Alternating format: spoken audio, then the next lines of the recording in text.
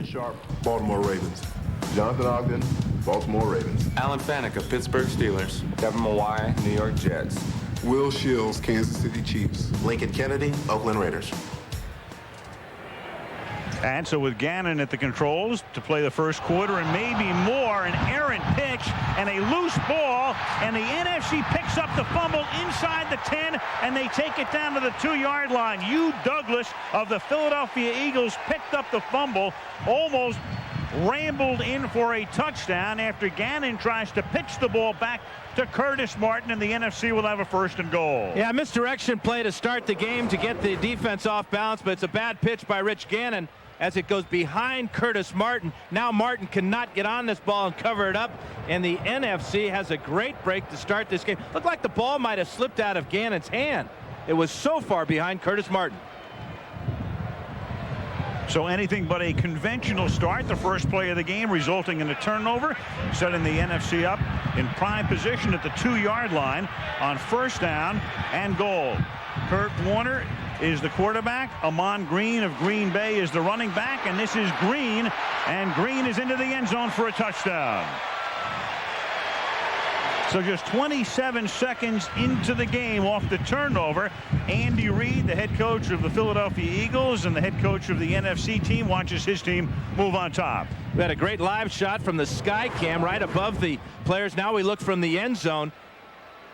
Just a simple belly play, and you're not going to see a lot of intensity to start this game out of the linemen. Look how high they're playing right here, and Ahman Green goes in easily. Now David Akers for the extra point. And just like that, after the fumble, the recovery by Douglas, the run by Green, 27 seconds into the Pro Bowl, the NFC takes the early lead. In all likelihood, and we'll talk to him before the day is done, is playing his last football game. Chances are there's a good chance Bruce will retire. Yeah, 14 Pro Bowls for Bruce Matthews, and great honor for him to make it one last time. Now David Akers to kick off for the 2nd time in the game.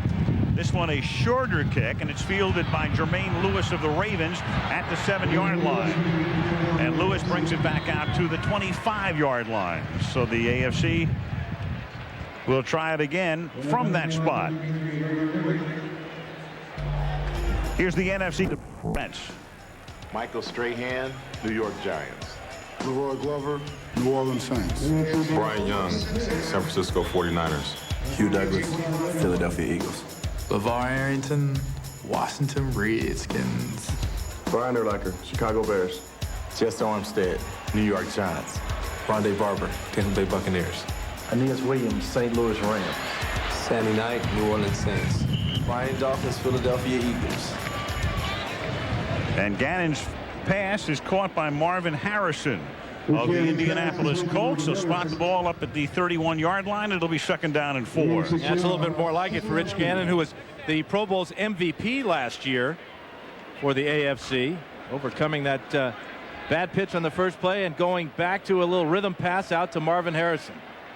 In fact, Gannon followed up that MVP award here by putting himself in a position to win the regular season award this year. And that passed on a little bit behind Larry Centers. Covering on the play was Jesse Armstead. But as November turned into December, Dan, as we recall, Rich Gannon until that point was as likely as anybody to win the NFL's MVP award. And the Raiders went into a slide. They quit finishing off games. They dropped a couple in a row. But Gannon showed really what he's all about. It had an outstanding game in the playoffs against the New York Jets. The award was eventually won by Kurt Warner for the 2nd time in 3 years. Now on 3rd and 4, Gannon fires over the middle, and it's dropped by Tim Brown at the 38-yard line. So how's that for news? I mean, you've got a guy who's used to throwing to a teammate every day in practice throughout the regular season, puts it right on the money, and he simply drops it. And very vanilla coverages in the Pro Bowl. You see the short arms there by Tim Brown,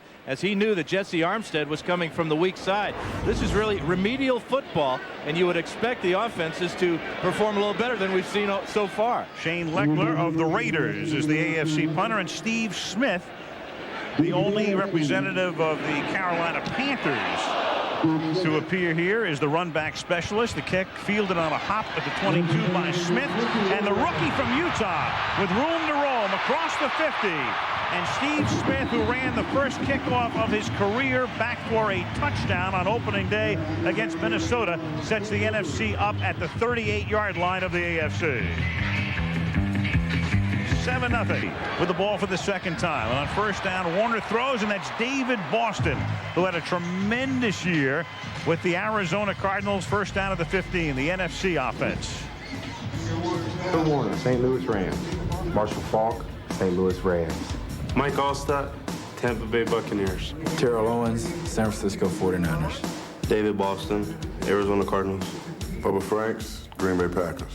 Chris Samuels, Washington Redskins. Leonard Ray Brown Jr., San Francisco 49ers. Olin Kreutz, Chicago Bears. Ron Stone, New York Giants. James Williams, Chicago Bears. Now from the 16 on first down, Warner has that batted down. Boy, there's some great stories along that offensive front as Sam Adams knocked it down. For starters, Dan, you've got Ray Brown, 39 years old, 16th year in the league, first Pro Bowl. And he's been playing at a Pro Bowl level for many, many years, but sometimes it's just tough to crack the lineup. You talk about staying with it, though. But Ray Brown, or Leonard Ray Brown Jr., as he said, talk about a guy that has been able to be the glue for that 49er line and finally get in the Pro Bowl vote. Second down and 10, and through the middle to the 12-yard line goes Mike Allstott, and another guy would be James Big Williams, 11 years in the league, and he gets his first Pro Bowl start. And this is what they're looking across. The line is Ray Lewis, the great middle linebacker of the Ravens, playing in his 5th straight Pro Bowl. There's Kreutz with the block, and then the contact. That's the classic fullbacks. Allstott stopped by the classic middle linebacker, Ray Lewis. So Lewis's pregame speech. Each member of the winning team gets $30,000. Each member of the losing team, $15,000. Third down and 6. Warner hanging in there, patting the ball, and then throws incomplete. He, of course, pats the ball. That's his habit. We see that during the regular season as he tries to hit Faulk. With his little doubt, we talked to him before the game, that thumb is still bothering him, Dan. And the defense, this is what he's looking at. Watch him look to the left here. And then here's his outlet receiver. And again, I think the thumb, whenever you see a ball sail high on a quarterback, that's a grip problem. And obviously with a bad thumb, that's going to affect that pass. Bothered him last week in the Super Bowl. We might not see him play that much more today. 29-yard field goal attempt for David Akers. And the Philadelphia Southpaw bangs it through to put the NFC up by 3 more. So the National Conference 10-0 over the American Conference. Those 3 years with injuries, and over those 3 years he's made 43 starts, and look at where he ranks in the history of the league in his first 43 starts. First in every category except in TD passes, where he would be second to Dan Marino, and in yards per pass, second to Norm Van Brocklin. And it's impressive that he's even here today. We talked about his bad thumb. Missed last year's Pro Bowl with a concussion. But Kurt Warner loves to play football. This is his way of giving back to all the fans, playing in this game despite a bad thumb. David Akers sends this kick down to the 9-yard line. Jermaine Lewis of the Ravens comes straight up the middle, and a good run back all the way up to the 43-yard line. And that's where the AFC will take over again with Gannon at quarterback. The backup quarterbacks are Cordell Stewart, so we'll see a lot of Stewart probably in the second quarter and into the second half. And then Tom Brady, the Super Bowl MVP, is the number 3 quarterback, and we'll see Brady in the fourth quarter as you look at Cordell Stewart. And Brady's just going to take a good part of the afternoon off and then probably wrap it up for the AFC. From the 42-yard line on first down now for the American Conference, down 10-0 early in the game. Toss back to Curtis Martin. Martin swinging to the outside. He was second in the league in rushing this year to Priest Holmes. Takes it up to the 44. 7 straight 1,000-yard rushing season for Curtis Martin, and one of these days we're going to quit calling him underrated and underpublicized, because these numbers won't lie. They just keep jumping right back at you. Main man for the New York Jets, as he was for the New England Patriots before that big trade, huh?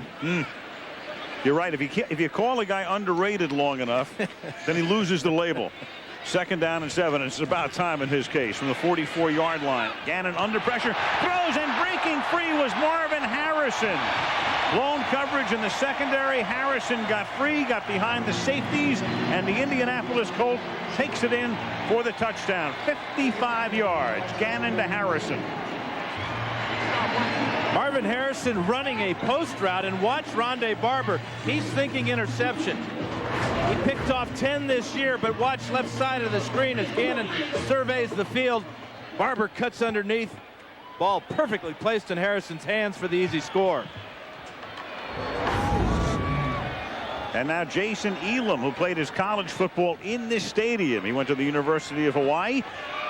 Elam of the Broncos tacks on the extra point. So we played only 4.5 minutes, but we've already had 17 points.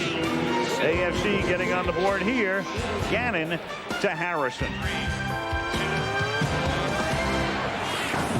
The grounding of the quarterback throws the ball toward the line of scrimmage, whether he's in the tackle box or not. Defensively, you have to use the standard 4-3. They say no pass rush stunts. They say no blitzing. But as the game moves along, Dan, we've seen it through the years, you might say they shave the rules a little bit. At the 16-yard line, Steve Smith of the Panthers comes back the other way, and that's an ill-advised move, and he loses the ball inside the 10-yard line. And it's going to either be 1st and goal for the AFC, or the NFC somehow is able to retain possession, which they do, deep in their own territory. Well, the last thing you want is when you change directions is to turn and look at a freak. And that's what happens as Javon Kearse is going to be there. Watch the reverse pivot here by Smith. Ill-advised. Number 90's the freak.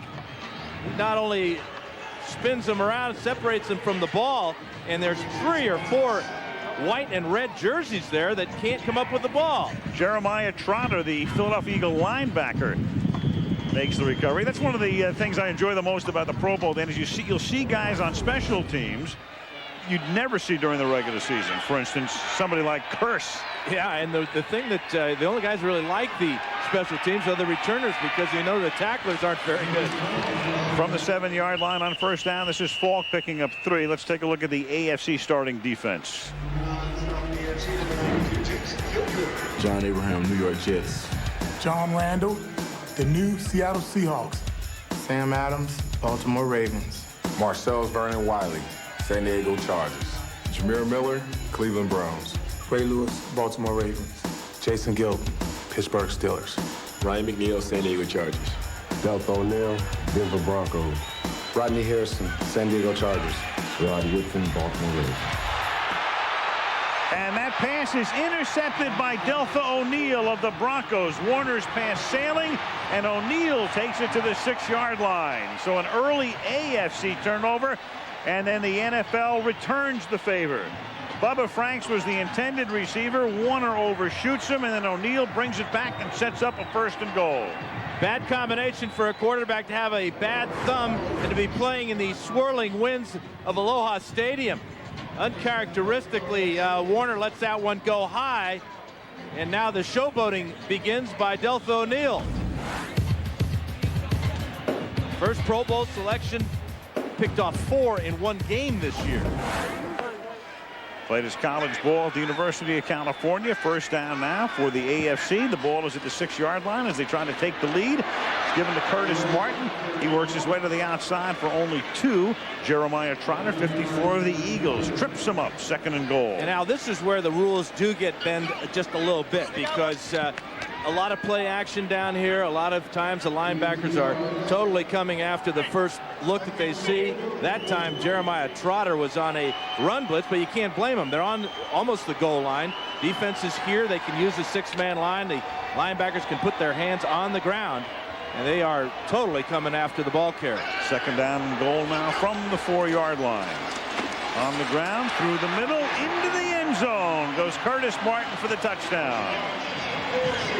Well, the AFC spotted the NFC a 10-0 lead, and in just a couple of minutes, back they come to score 2 touchdowns, and Andy Reid's team now trails. Straight up the middle behind All-Pro center Kevin Mawai of the Jets. Here he is right in the middle, working with Ruben Brown, number 79, and Will Shields. That's a huge hole, and John Lynch can't do anything about it. Extra point now for Jason Elam. And the AFC leads by 4. So each team turning it over. The other team capitalizing in each instance. And it's 14-10 AFC. And sidelines LA Hoops. That's the block on ESPN tomorrow night. A little more than 8 minutes to go in the quarter as the kick by Elam is taken by Steve Smith, who fumbled his last run back. This time he holds on. Takes it up to the 29-yard line. Well, we have players mic'd up. We have coaches mic'd up. John Randall, the loquacious one. Hi, my name is John Randall. And I play for the AFC. I used to play for the NFC. Where the music at, man? Ain't no music out here. Well, he used to play for the NFC. Now he plays for the AFC. But if he stays in Seattle and gets to the Pro Bowl next year, he's back in the NFC because the Seahawks are going to the NFC West. Yes, they are. From the 29-yard line on first down, here is Warner under pressure and underthrows Mike Alstott. With the Houston Texans, the expansion team, coming into the league next year to make it 32 teams. And Houston part of the AFC. An AFC team had to go over to the NFC, and it was the Seahawks.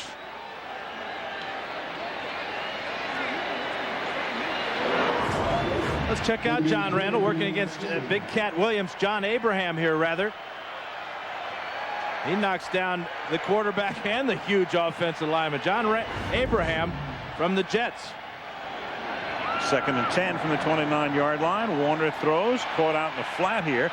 That's Chad Lewis of the Philadelphia Eagles, tackled by Rod Woodson. And let's check in with Eric Dickerson. I'm here with Michael Strahan, a 4-time Pro Bowler. Michael, you had another double-digit sack year. You broke the sack record, 22.5 sacks. How important was that record for you? Well, it was great. I tell you what, I couldn't ask for anything more except for a few more wins on the team chart. So it was almost bittersweet. And hopefully next year, maybe I could break that, and if I do, hopefully we go a lot further than we went this year as a team. Now, some people said that record was a little bit tainted. What do you say to those people? Well, I react to what happens. I'm going to enjoy it. I went through about 2 days of thinking about that, and after that, you know what? I figured I know what I do. I play for a living. I play hard every game. I do my best, and I'm going to enjoy it, and that's the way it's been, and the players have been great. You know, players know, and I don't think anything else, you know, guys here have been great about it. Thanks, Michael. Thank you. Al? Well, you're right, Eric, and I think, Dan, that record will always be tainted because of what happened with Brett Favre. Brett Favre getting sacked, and, of course, each guy contended it was legitimate. It happened that way, and there were a lot of disbelievers. Well, but Michael Strahan didn't do anything wrong. Right. He went in and played the play as he saw it, made the tackle. It was a tackle, but they credited it as a sack, and only Brett Favre can really answer to why he did what he did. Todd Sauerbrun's kick is fielded at the 11-yard line, and this is Jermaine Lewis doing a dance, and he brings it back up to the 19. Well, you know, Al, Michael Strahan did establish a new single-season sack record with his 22.5, and he got 9 of them when his team needed them the most. He got 4 sacks against the Rams' Kurt Warner in Week 5. And then against division rival Philadelphia, Strahan trapped the elusive Donovan McNabb 5 times in the 2 games his teams played. Beat the old record of Mark Gastineau of the New York Jets. Great season for Michael Strahan. And blanked in those first 2 games, the first of which was the opening Monday night game, the season opener at then brand new Invesco Field in Denver. Well, Rich Gannon and the AFC now will have the football at the 19-yard line. Since this format began with the AFC and the NFC in 1970 following the merger between the NFL and the AFL, 24 points, the most points scored in any first quarter, and we still have about half the quarter to play. Priest Holmes of the Kansas City Chiefs, there he is the running back, the NFL rushing king this year. Gannon throws, caught on the sideline by Hines Ward of Pittsburgh. And let's check in with Melissa Starr. Well, Aldeltha O'Neal with 1 interception today. Earlier this season, tied an NFL record with 4 interceptions in 1 game against Kansas City. You on your way to a new record today? Nah, I'm just trying to make plays. We trying to win, so trying to set our team up in the best position to win. Trying to get that 30,000. Exactly. This is your first Pro Bowl. Mm-hmm. What's been the best part about it? Just here chilling with my baby, my newborn Talia, and enjoying the hot sun because I'm in Colorado. It's cold as ever out there, so just enjoying the nice weather. That's my best. And you're going jet skiing today. Jet skiing I will be. If you want to come, tag along. We have a tailgate party. All right, have fun. Back to you, Al. All right, he'll get in some jet skiing. The game figures to be over by about 3 o'clock local time after Larry Centers carried the ball close to a first down up at the 28-yard line. And there is Priest Holmes, and he emerged. What a breakout season for him, Dan. Yeah, and when Dick Vermeil took over as the head coach of the Chiefs, he knew what style of offense he wanted to run. Well, it's the same thing he ran with the Rams, but I think he didn't really realize he'd get a similar type of running back in Priest Holmes to Marshall Faulk. And here is Holmes, and he works his way up to the 31-yard line, and that'll move the chains. First down. Yeah, Holmes is exactly what Dick Vermeil needed. He led the NFL in rushing and total yardage. And the system that the Chiefs run, very similar to what the Rams do. They don't have the talent except for this man right here. Very similar to Marshall Faulk with the desire to get in the end zone. Priest Holmes sent to Kansas City, of course, had Brian Billick known that Jamal Lewis was going to get hurt in preseason, Holmes would have remained a Raven.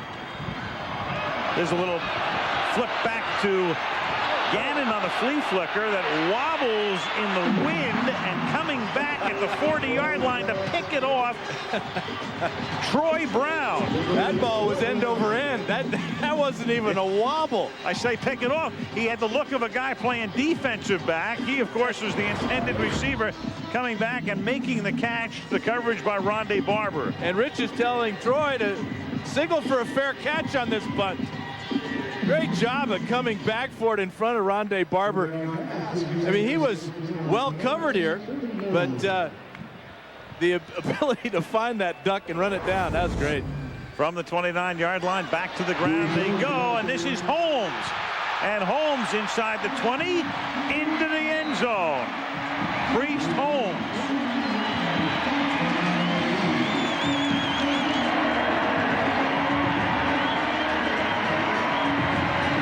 This is a lot like a typical National Hockey League All-Star game. Another shot on goal and they score. Not a good first half for Rondé Barber. Watch Barber on the outside here as Priest Holmes cuts to the outside. Missed tackle there. And that's not even a frozen puck.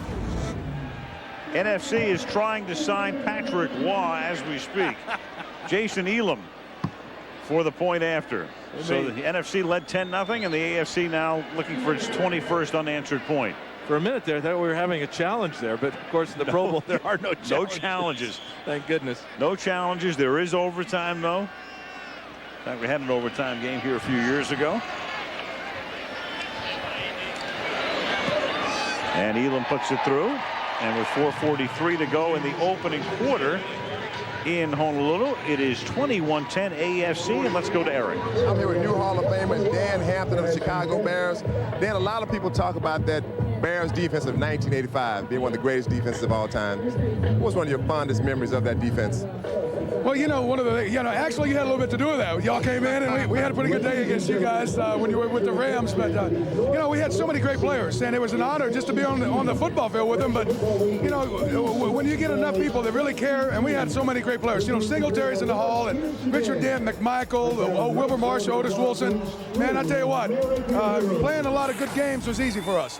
Now, what one person had the biggest influence on your NFL career? Well, I tell you what, I had great coaching all through, but I tell you this, even with Mike Dickey, I think Buddy Ryan, and a lot of people that played for Buddy, Buddy was special to us all in a very different way, but Buddy was the guy that kind of taught me to, grow up and be a man, because this is not an easy game. I mean, it's a brutal game, played by hard men, and hey, it's time to grow up. And he was very instrumental in making me understand that a great pro doesn't show up once in a while, he shows up every down, and that's probably the guy that had the biggest impact. Thanks, Dan. man. Thank you, Eric. Al. Our congratulations to Danimal. Yeah, the Danimal. Dan Hampton. Our congratulations too to Jim Kelly, the Buffalo quarterback, the new Hall of Fame inductee. Jim was here for a couple of days earlier in the week and then had to return home, but we look forward to the induction ceremonies in Canton, Ohio when the preseason begins, and we'll talk to the other new Hall of Famers as the afternoon moves along here in Honolulu. Such a treat for the Hall of Famers to come to this game because so many of them played here in the in the Pro Bowl game, and to be able to walk down the middle of the starting lineup for both squads and to get the applause of the crowd to be introduced as Hall of Famers, it's an unforgettable experience for these guys. And it's just sinking in for some of these guys because the voting took place a week ago today. Pretty good way to celebrate. A little trip to Hawaii. Jason Elam's kick is fielded at the 11-yard line, and this is Steve Smith of the Carolina Panthers. Trying to find some room and finds none. Taken down at the 22-yard line, hit hard right there by Kendrell Bell, the youngest player in the game, the rookie from Pittsburgh. Brad Childress calling the plays for the NFC. The assistant coach has the headset on, and we can listen in as he makes the play call, and the quarterback's coach to Warner. Well, we will listen in. Yeah, he probably just whispered it to him while they were over on the sidelines, but we'll get to hear exactly what they're doing, especially in those crucial situations. Yes. At the 22-yard line on first down, Warner slings it to the outside. That's caught by David Boston for a gain of about 9. Let's check in with Melissa. Well, Priest Holmes was an undrafted free agent out of Texas 5 years ago. This year led the NFL in rushing yards, total yards from scrimmage. Did you always know that you had that kind of ability? Well, the ability was there, definitely, because when I was in Baltimore, I was playing with a number of great athletes. Rod Woodson, Ray Lewis. Those are the type of guys that you learn underneath. And when playing football, it's one of those things that you love to do. Now, I got to get to the bottom of this. When you found out that you made the Pro Bowl, you told your entire team that you'd bring them? I went crazy and I said, y'all are all coming. But unfortunately, some had school to go back to. Some of their wives wouldn't let them go. But at the same time, some of them did come. You are setting a bad precedent. Thanks. Thank you. Back to you, Al. Priest Holmes looking for a new contract to pay off the expenses. Keyshawn Johnson just made that catch, and it's a first down. Well, you're looking at Kurt Warner. He was undrafted. And look at these guys, undrafted out of college, and they are all here. All 10 of them were named to the Pro Bowl. Rod Smith is not physically here, replaced because of injury, but you know, you talk about holes in a scouting system. Well, there are 10 pretty good examples. First and 10. Warner flings it over the middle, and it's knocked down. Reaching in to get a hand on it was Rodney Harrison. I don't know if it's just flaws in the scouting system, Dan, or a combination of perhaps a flaw in that scouting system, and also the late development of some of these players. I think a lot of players mature at different ages, and Kurt Warner is a great example of how he not only matured late, but also had to get experience at different leagues. Played in the Arena League, played over in Europe. And that experience, plus his own natural maturity, is the reason he's the great player he is. Second down and 10 from the 37-yard line.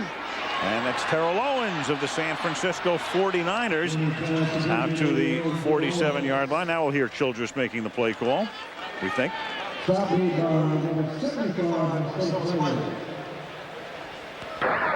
wing right. I got it right. This is quarterback sneak right. I like that one. Double wing right, quarterback sneak right. Play your back offset left. That's the end of the line. How do you like that one? The answer should be not very good, Coach. Quarterback sneak. Come on, we got Pro Bowlers lining up in the backfield. And Kurt Warner's got a bad thumb, but watch this. It's going to be a quarterback sneak. Third down and 1. There he goes. Okay, guys. As Dennis would say, bucks it up in there hard. Not that hard. Right. That was a kind of a softie there. Kind of leaned on the center there, Olin Kreutz. In behind the Chicago Bears center, Olin Kreutz. And for Olin, what a thrill this is, because he played his high school football here in Honolulu at St. Louis High School. There he is. In fact, when I started my broadcasting career here and I was doing high school football, his uncle, Baba Kreutz, was playing for Kalani High School. That's great. How was Baba? Baba was great. He was an outstanding fullback. Reminded me a lot of like He was a Don Nottingham type. Ray Lewis is saying that much short.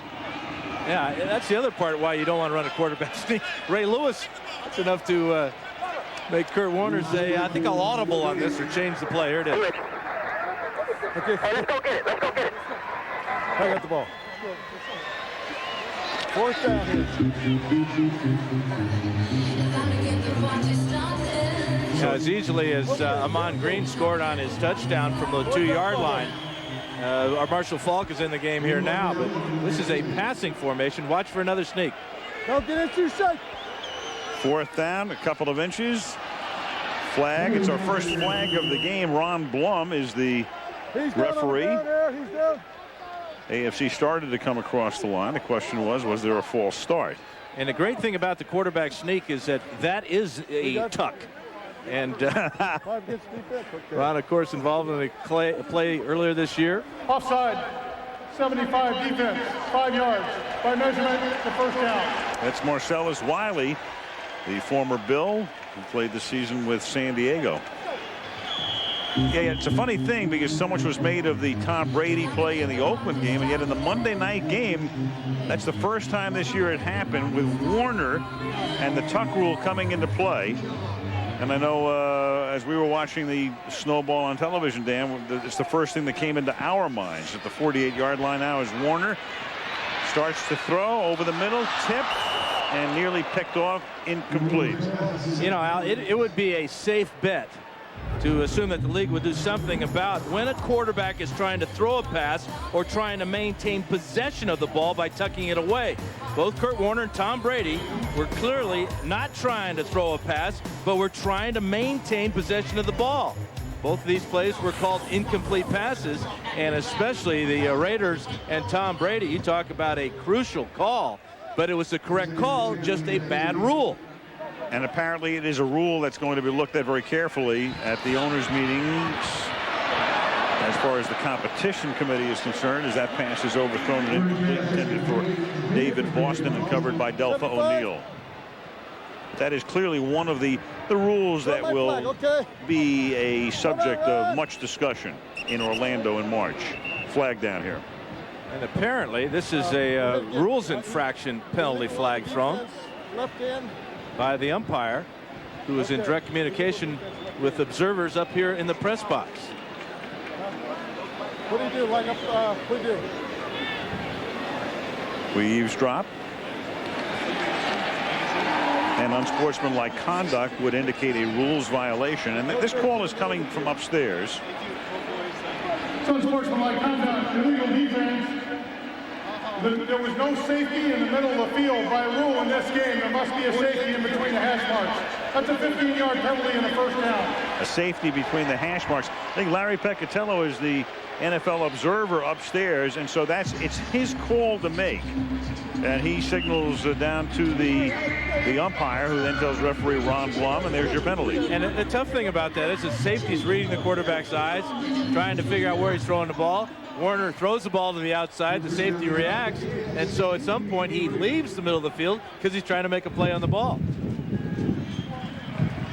That result, first down, NFC at the 33-yard line. Warner pump faking, throwing, caught by his teammate over the middle. Marshall Faulk, one ran, hits the other. Gain of 8. Here's Melissa. Al, it is hard to believe that Bruce Matthews is coming off his 19th season. The big question, of course, that everybody wants to know, is this the last game we'll see you play in? Well, there's a good chance it is, and I guess I'm still not, I don't know, bold enough to say this is my last game, but there's a pretty good shot it is. So I'm enjoying this week, and our family's had a great time. You were left unprotected. Any chance that you'd stay at home in Houston, where you have a house, where you played most of your career, if selected? It's strange because I read about it in the sports every day, and part of me saying, oh yeah, I can still play, no problem. And then I go out and run around a little bit and feel horrible, and the more sane side of me says no way. But at this point, I'm probably done, but you never know. We'll see. It's been a great ride. Thanks so much. Thank you very much. Back to you, Al. All right, thank you, Melissa. Well, the Houston Texans, if they choose, could select Matthews in the expansion draft, which comes up in a couple of weeks. There are 5 players in this game who have been left unprotected by their current teams who could be chosen by the brand new franchise. 3rd down and 1, and this is Falk, and that's a nice tackle made by the Jet John Abraham. Getting back to Bruce Matthews, the amazing thing about Matthews, and there's plenty, is that in this game he's the backup center, but he's also the long snapper. How about that? Great football family. His dad, of course, was a professional player, and brother Clay, the longtime Browns linebacker, retired a few seasons ago. The players in today's game: Ken Dilger of Indianapolis, Gary Walker of Jacksonville, Jesse Armstead of the Giants, Jermaine Lewis of Baltimore, and Matthews. They are the 5 exposed to the expansion draft. The most likely to be chosen by Houston would probably be Gary Walker, the tackle from the Jaguars. Field goal attempt here from 41 yards. David Akers of the Eagles, and he sends that one right down the middle. From 41 as the quarter ends. Highest scoring quarter in the history of the Pro Bowl. And we'll be back after this message and a word more, and the key yardage coming on that very last drive. A lot of people thought that the Patriots might take a knee, but Tom Brady and Bill Belichick had other plans. The great thing about the drive is he made the plays when he had to. Completed 5 of 8, spiked the ball twice to stop the clock, and J.R. Redmond did an outstanding job of diving there to get out of bounds. But this type of drive, this is legendary. To win a Super Bowl game with a field goal, Tom Brady joins the ranks of Unitas, Montana, and Elway. Second year out of the University of Michigan. Well down the depth chart. Kickoff here by Akers, taken by Jermaine Lewis. He has a Super Bowl ring as a member of last year's champion Ravens. And Lewis brings the ball back to midfield and into NFC territory. Dan, I think everybody should get out of the prediction business. Rams are 4-12, win the Super Bowl in '99. Ravens 8-8, win the Super Bowl the following year. Patriots 5-11, lose Bledsoe after the second week, win the Super Bowl. Go figure. Well, it seems like it's a quarterback thing too. Before each of those teams win the Super Bowl, nobody expected that the quarterback position would be so influential in winning the Super Bowl. And what Tom Brady did this year, you know, and Bill Belichick should get a lot of credit too for sticking with him after Bledsoe gets healthy, not changing the chemistry of the team. Bledsoe should get credit for being a team guy. And of course, Tom paid it all off. Gannon hits Harrison. So it begs the question now, with Brady probably on the verge of getting a new contract, what do you do with Drew Bledsoe? What do you think is going to happen? Well, you know, obviously there are going to be a lot of teams coming to the Patriots and talking deal. And you know that Drew wants to play. He's getting towards that part of his career. He has a huge contract, though. That could be a problem as far as salary cap and all those type of things. But this New England Patriot team now is Tom Brady's team. A lot of talk about the possibility of Bledsoe winding up in Washington with Steve Spurrier. From the 36-yard line, this is Holmes to the short side of the field, seeking the first down behind a Kevin Mawai block close to it. And for the Patriots, of course, our congratulations to Robert Kraft, one of the very finest owners ever in any sport. Much deserved championship for the Kraft family. And of course, next season, and clearly the Patriots will be back on Monday Night Football multiple times. I'm sure we'll take a gander at the brand new facility that the Patriots will move into next August. And Dennis Miller received a game ball way back when, after the Hall of Fame game last year from Bob Kraft. At the 23-yard line, Priest Holmes. Now Tom Clements is calling in the plays for the AFC, the Pittsburgh quarterbacks coach. Here he is. Flat out, 580, screen left. Clements got a lot of credit for the outstanding success enjoyed this year by Cordell Stewart, working very closely with him, with offensive coordinator Mike Mularkey, and of course under Bill Cowher, the Steelers got all the way to the AFC Championship game, where they were favored and upset by New England. And I believe this play is going to be a screen pass here to Priest Holmes off the left side. 2nd and 8. And there is Holmes. Pass a little bit high, but he reaches for it. And then takes the ball inside the 20 to the 18-yard line. Let's get Clements' next play call. Former Notre Dame quarterback Tom Clements.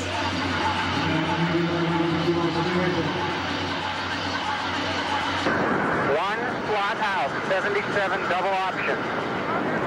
Completion was good for Friday.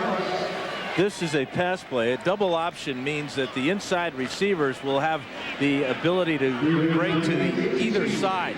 So keep your eye not only on the tailback Holmes, but on the slot receiver right here. 3rd down and 3. Well, option left. Pass caught. And it is Ken Dilger making the catch, staying in bounds, getting into the end zone. Great job by Rich Gannon coming off Tim Brown, who was covered on his option route, finding his outlet receiver. But let's watch Brown here. Here he is. Here he's going to come down and look to the inside. But good coverage by the NFC here will take this away. Gannon wheels right now to the outside, has the arm strength to get the ball behind LeVar Arrington, and Dilger walks into the end zone. Dilger from the Colts, 7th year, played his college ball at Illinois. First Pro Bowl, and the kick is good by Jason Elam.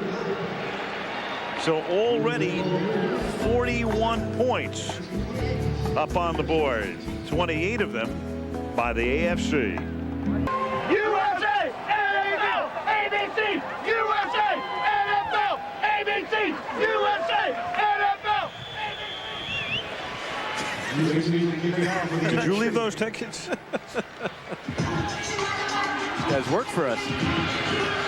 10-yard line. Steve Smith's had a busy day running back kicks. And the Carolina Panther brings it back out to the 33-yard line. Steve Smith is going to be exhausted when this game's over. So is the scoreboard operator. The over-under was 44.5. I think you're safe. 41 points already. And Jeff Garcia comes into the game. So Kurt Warner was 6 out of 14 for 63 yards. Chances are he's done for the day.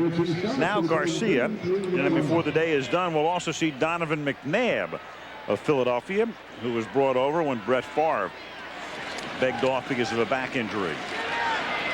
And this is Garcia throwing on 1st down and hitting Keyshawn Johnson to the 38-yard line. Jeff Garcia, very much a sudden star in his own right. The great legacy of Montana and Young, and of course before that people like Y.A. Tittle and Frankie Albert. And then here comes this guy out of nowhere, and he's put his name into the 49er record book. And a local boy from Gilroy, California, just down by San Jose. Garcia not only putting his name in the record book, but bettering some of the records set by Montana and Young. Sure. Another guy you have to throw in there, of course, John Brody, the great 49er quarterback of the pass. 2nd down and 5 from the 38-yard line.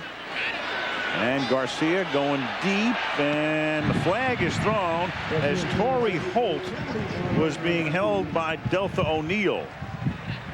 Torrey Holt pushed Torrey Holt. Deltha O'Neal pushed Torrey Holt out of bounds. And that would be illegal contact.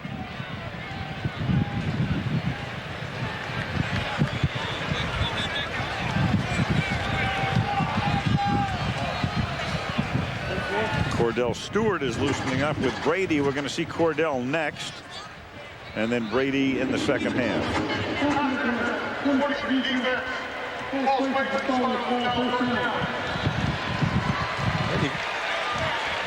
All right, let's check in with ED. Eric? Al, I'm here with Jesse Armstead, 5-time Pro Bowler of the Giants. Jesse, tell me, why did the Giants leave you unprotected? I can't understand that myself. I'm just out here right now, and I get a lot of more team opportunity to get ready for me. If not chosen, taken back by the Giants, do you see yourself a Houston Texan next year? I don't know. Whoever wants me, I'm ready to play ball for you. Thanks, Jesse. All right. Back to you, Al. All right, thank you, Eric. Ahman Green losing two. You know, one of the reasons the Giants would leave somebody like an Armstead unprotected, same reason other teams would leave a guy who would go to a Pro Bowl unprotected. You're thinking about numbers. It's all about the salary cap. Yeah, that's right. It's at those numbers with the decimal point, and you got to fit under. You know, every year the salary cap goes up, but so do salaries. And you can't blame the players for trying to cash in when they have great years, going to Pro Bowls and wanting bigger salaries. It's a cat and mouse game too, because the teams, when they compile those lists, as Garcia sets up the screen, and this is caught by Amon, taken down at the 25-yard line, but you're taking a gamble. Some teams will put a guy out there and say, you know what, I'll bet you they don't take him and we'll get him back. But it's a gamble you have to take. Absolutely. Little Green in real time here as he goes down into the secondary and picks up a first down for the NFC. 24 years old is Ahman Green, and really the force in that Packer running attack now. From the 25 on first down and 10. Garcia stepping up, and then he loses the ball at the 23-yard line, and he turns it over as Al Wilson, the linebacker from the Denver Broncos, recovers the fumble. Now, was he throwing the ball or was he trying to tuck it away? We do not have a challenge here today. Al Wilson got the recovery. John Abraham the hit. I think fumble. Yep, already past the line of scrimmage. Another turnover. Pro Bowl game. It was narrowed down to 2 winners, one for the AFC, the other for the NFC, and here with the first winner is Melissa. All right, Al, I'm joined by Bill Cowher and Scott Mansfield from Roseville, Michigan. What's the play you want to call? The 77 double go. And why'd you pick that play? Well, of all the plays that Coach Cowher gave me a look at, I feel like that one had the best opportunity for success. All right. We'll see how it goes. Well, we'll see now. I gave you some good plays now, Scott. I'm telling you. That was the best one. That's the best one. We had a basic run call, but Scott's going for the jugular here, okay? We'll see what happens. All right, it's all on the line, Scott. 77 double go. I like the name of it. And it's more than double go. You're going to have all 4 receivers going deep. My kind of play. I think it's like photoelectric football. Here's Cordell Stewart. So here comes 77 double go. Called by Scott. Sent in by Cowher.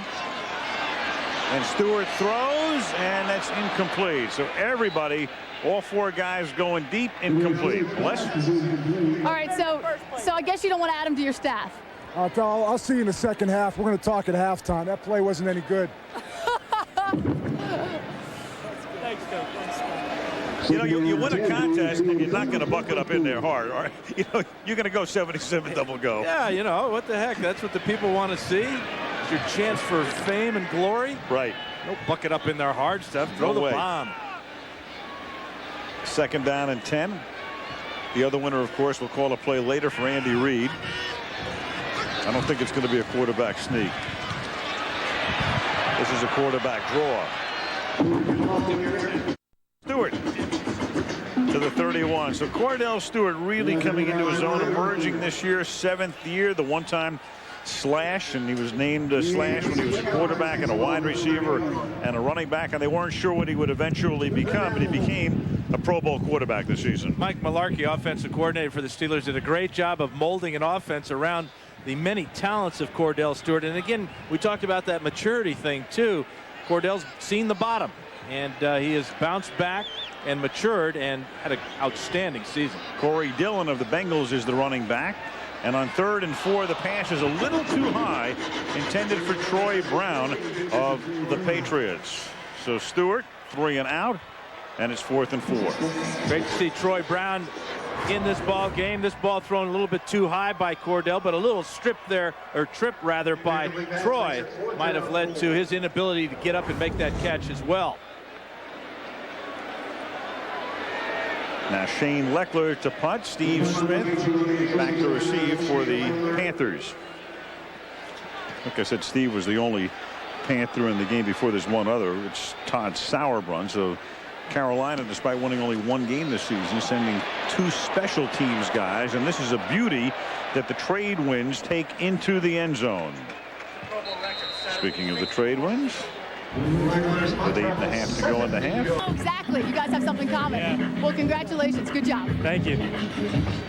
Well, any coach will take an 8-yard gain on first down. Absolutely, especially coming off your own 20-yard line. Andy Tuttle. Good job.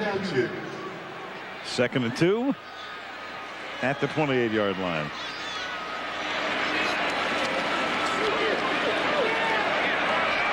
Look out.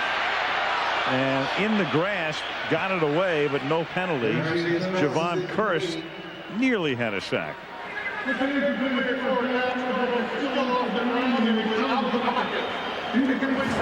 And that's that rule where the quarterback can throw the ball away at any time.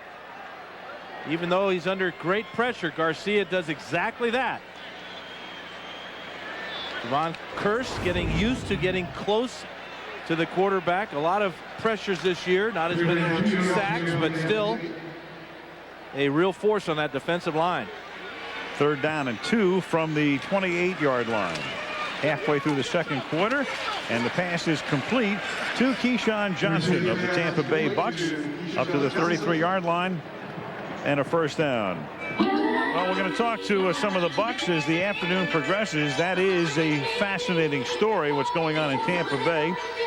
The firing of Tony Dungy. Apparently Bill Parcells was going to take the job, then decided not to take the job. Then all that's going on with the possibility of John Gruden escaping Oakland and winding up down there. Right now, nobody seems to know anything about the Bucs situation, including the Bucs who were at the game. Or the Raiders who were at the game. And any rumor flies.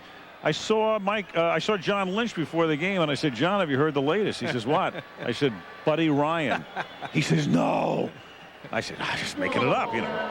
Start number 65, offense, 5 yards, repeat 1st down. They get Ron Stone for jumping off sides, but you know the rumors, it's hard to figure out what is exactly the truth and what is not. But the one thing is, it does affect John Lynch, Keyshawn Johnson, and the rest of the Tampa Bay Buccaneers. But I talked to Rich Gannon before the game, and he says he doesn't know what's going on in Oakland.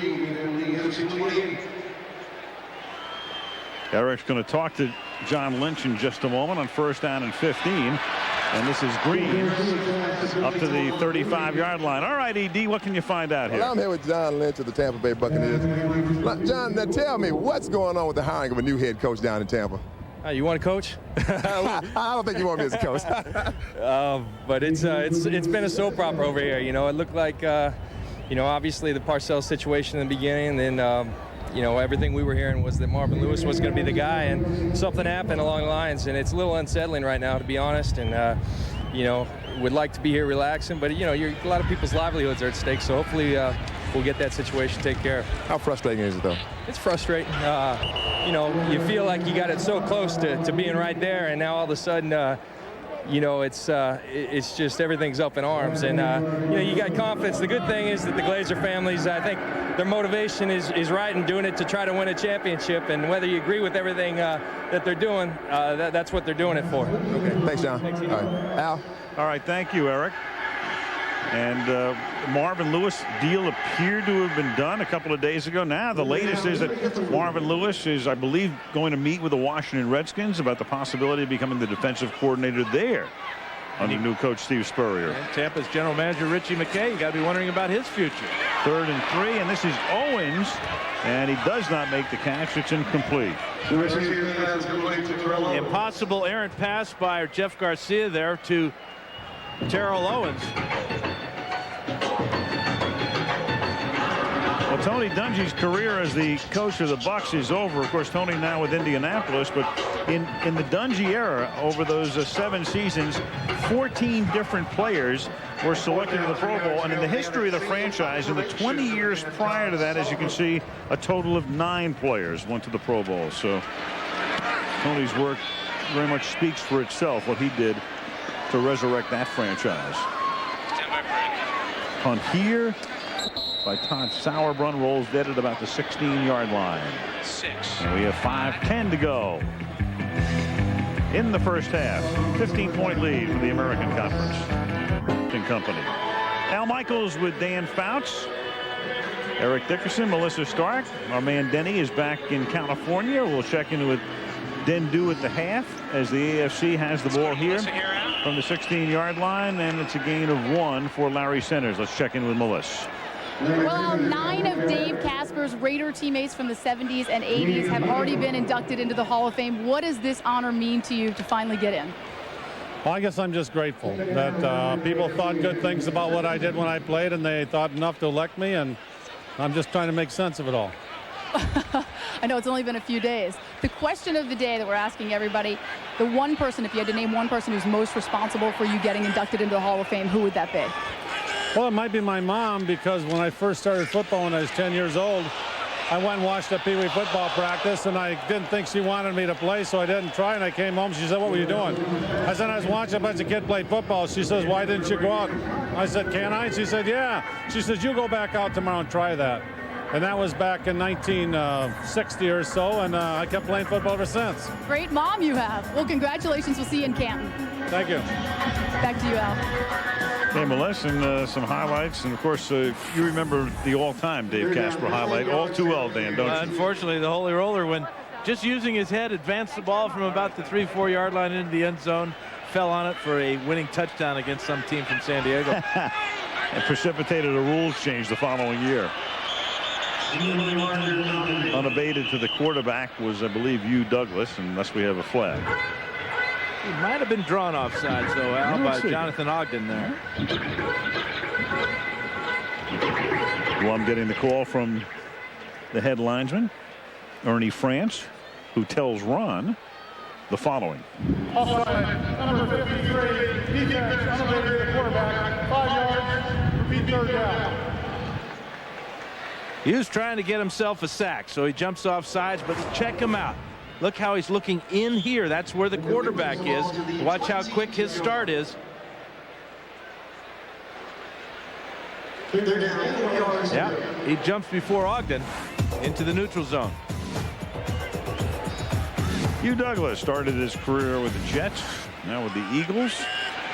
Great year under Andy Reid, all the way to the championship game in the NFC as the catch is made by Jermaine Lewis. And that is why you have Reid and Cowher here. The coaches for the Pro Bowl are the coaches of the teams that lose in the conference championship games.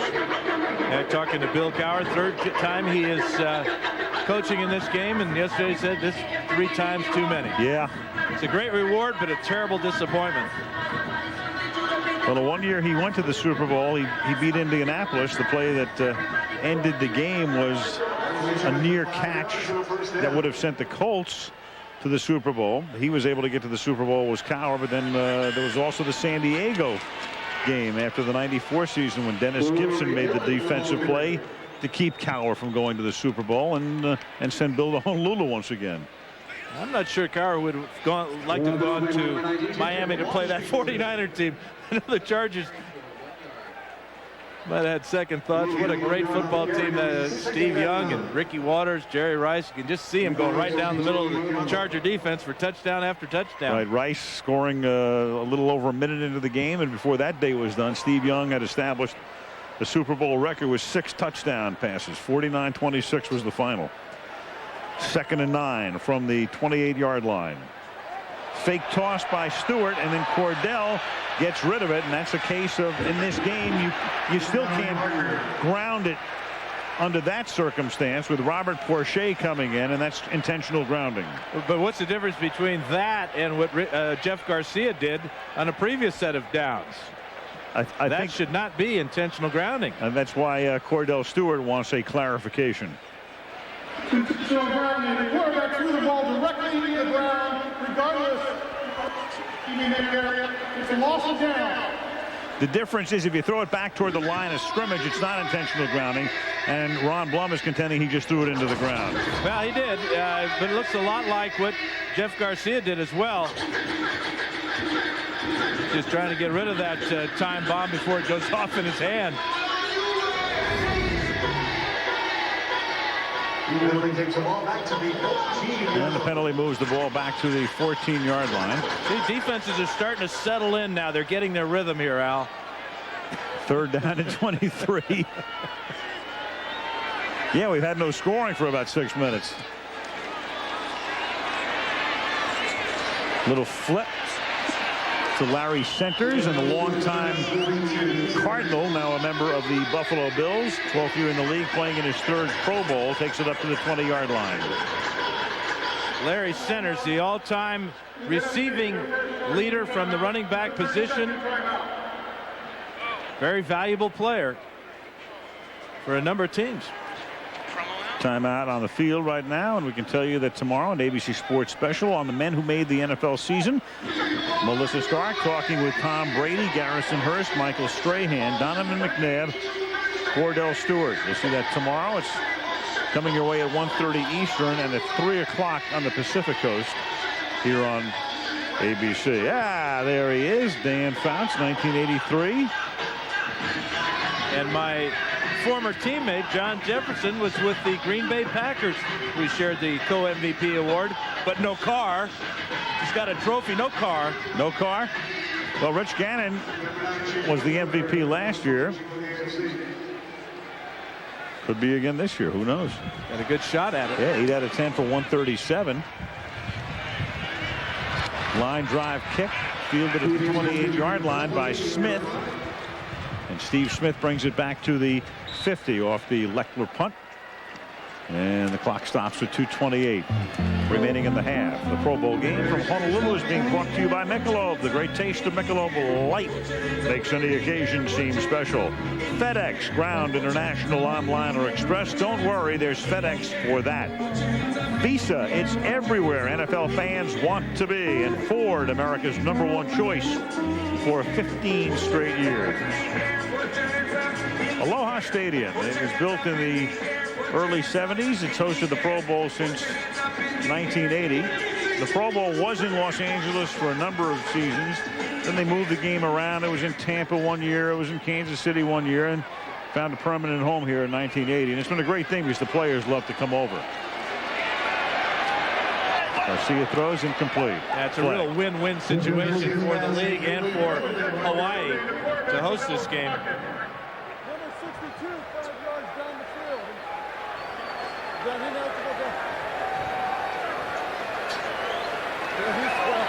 Ineligible man downfield is the initial call. Number 62 offense was illegally downfield. The penalties declined. 2nd down. Now, was that the guy that was illegally downfield? Might have been. Who's going to tell him? Gene Washington will fine him $5,000. He looked like he'd been into John Randall's face paint can, didn't he?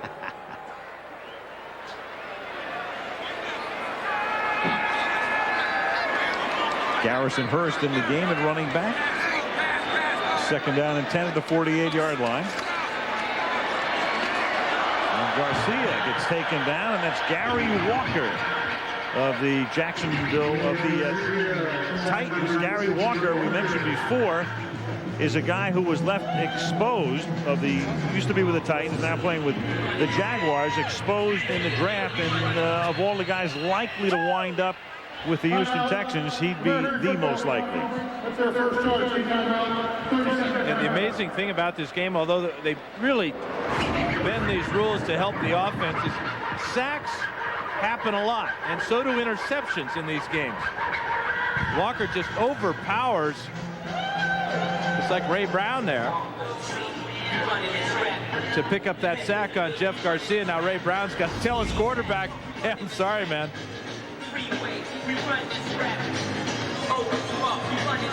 Talking about offensive shows here, but look at that. More interceptions than touchdown passes in the AFC, NFC Pro Bowls, and 199 sacks coming into today's game.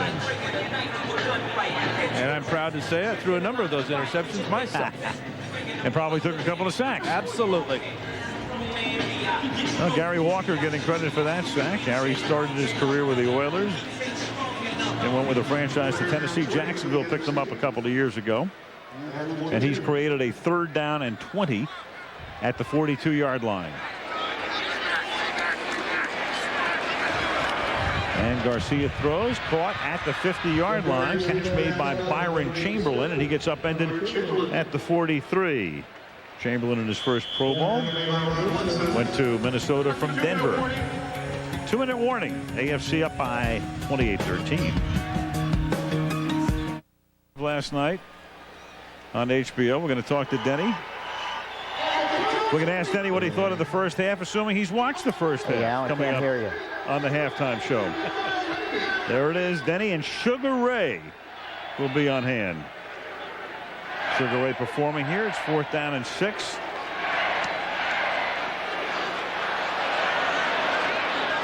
And the kick goes into the end zone. And they'll take it at the 20.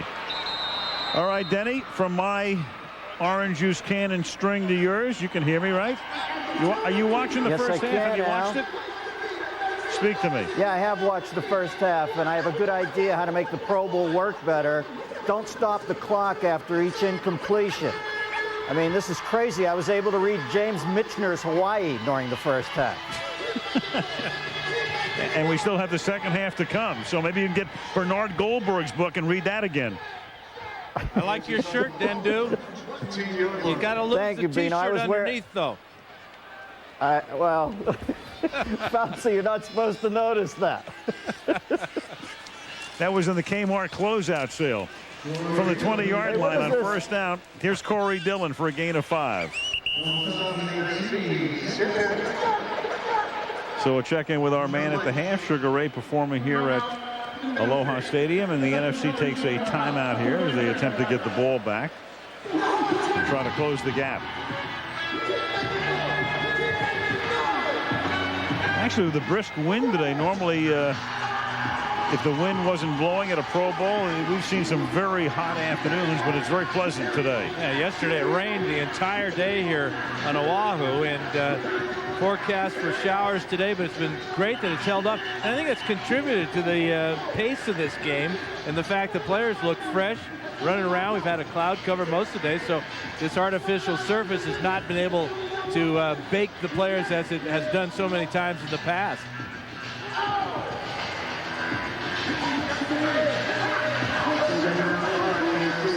Michael Strahan settling in along the defensive front here on 2nd down and 5 from the 25-yard line. Stewart out of the shotgun. Stepping up, throwing, and that pass is incomplete, intended for Marvin Harrison. Let's check in with ED again. Eric. All right, I'm here with Keyshawn Johnson of the Tampa Bay Buccaneers. Now, Keyshawn, I talked to John Lynch about the Bucs hiring a new head coach. He gave me a good answer, but I know I can always depend on you. What's going on? What's going on? I have no idea. I'm just like y'all. I'm trying to figure it out, too. Are you disappointed you don't have a coach yet? No, I have a coach. My coach is Andy Reid. If you could get Gruden, how do you feel about that deal? They just got to get the best guy available, and right now he's not available, so we'll see what happens. I'm giving you all those. You give me all of them. That's right. I'm going to give it to you. All right. Thanks, Keyshawn. Al? All right. Thank you, Eric. On 3rd down and 5 now, it is Stewart handing the ball off to Larry Centers. And Centers takes it up to the 27-yard line. That's shy of the first down, and they'll stop the clock here with the NFC and get the ball back. Keyshawn has a new book coming out. Just give me a damn coach.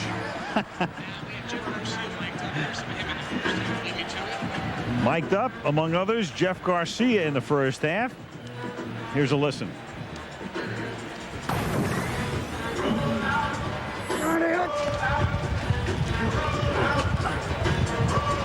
You came in too easy, Walker. Hey, you came in too easy. We got to give you a check a little bit. Yeah, I was throwing it. Yo, not when you run first.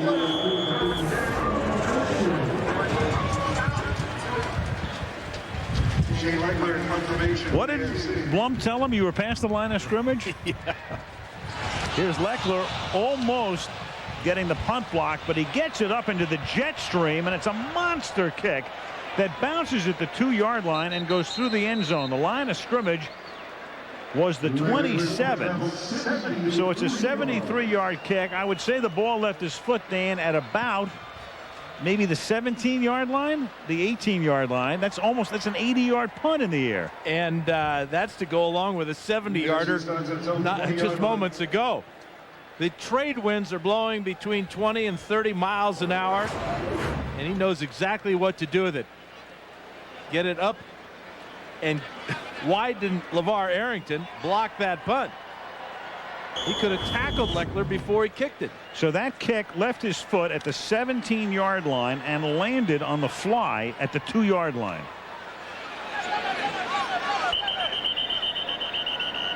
So that punt was 81 yards in the wind, in the air. Their second charge, timeout, the 32nd timeout. Timeout AFC. Check in with Melissa. Well, Rich Gannon led the Raiders to the AFC West Division title. Now, how nervous have you been all week with all the rumors about your head coach, John Gruden, going to the Buccaneers? Well, it's a little disappointing, but hopefully it'll all work out for the Raiders. And we want John back. He's been a big part of our success, and hopefully it'll all get taken care of this week. I know you've talked to John. What's he said? So I'm the coach of the Raiders, and he plans on coaching us next year. And we're trying to start our preparation for this upcoming season, and I'm sure he's doing the same. All right, we shall see. Now, quick question about that loss to the Patriots. I mean, how tough was that given the way you guys played that game? It was disappointing. We felt like we had chances in the game to win the football game. And obviously the play of the game was certainly a factor, but we felt like even before that we had chances and we just didn't get it done. But you got to tip your hat to them. They had a great year, and they got hot at the right time. Thanks, Rich. Okay, thank you, Melissa. As Terrell Owens makes the catch here up to the 42-yard line of the NFC, going without a huddle. 1st and 10, 48 seconds to play in the half. Garcia finds time, throws, and the pass is incomplete to Torrey Holt. Interesting how players have to do it. They work the edges. They not necessarily completely skirt the issue, but with a situation like the Gruden situation, with so many rumors afloat, with so many things going on, just to listen to Keyshawn talking about it and Rich Gannon talking about it, they're working the circumference here. Yeah, and you can feel that they just want it over with. They just want an answer. Players are players, coaches are coaches. You hear that all the time. Well, players are already thinking about next year and what moves the teams are going to make. But you can't make any move unless you have a head coach who's steering the ship. And both these ships are in turmoil now. I mean, the Raiders situation. Some sort of illegal defense on the AFC. It's 15 yards. It's a first down. Some sort. Well, Blum says it because that word comes down from upstairs. So the NFL observer, Larry Pacatello, is upstairs. If he spots something, he then calls down to the umpire. So whatever it was, I don't know, maybe it was lost in the transmission, but it was some sort of illegal defense.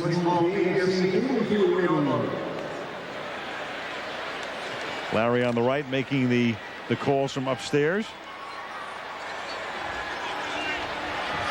He's made a couple of them today. 1st and 10 now from the 44-yard line as Garcia throws, and that's incomplete. 36 ticks remaining. Boy, and Garcia got dusted by Gary Walker after he let that one go. This is not always the greatest situation for quarterbacks in the Pro Bowl, because most of the time offensive linemen are chosen because they block for 1,000-yard rushers. They're not necessarily the best pass blockers in the league. They're normally the best run blockers. But on the defensive side, you got defensive linemen who are great pass rushers. They got the big numbers in sacks, so it's a little bit skewed toward the defense there. 2nd and 10. Garcia stepping up, hit as he throws, lofts it into the wind, and the wind knocks it down, intended for Terrell Owens.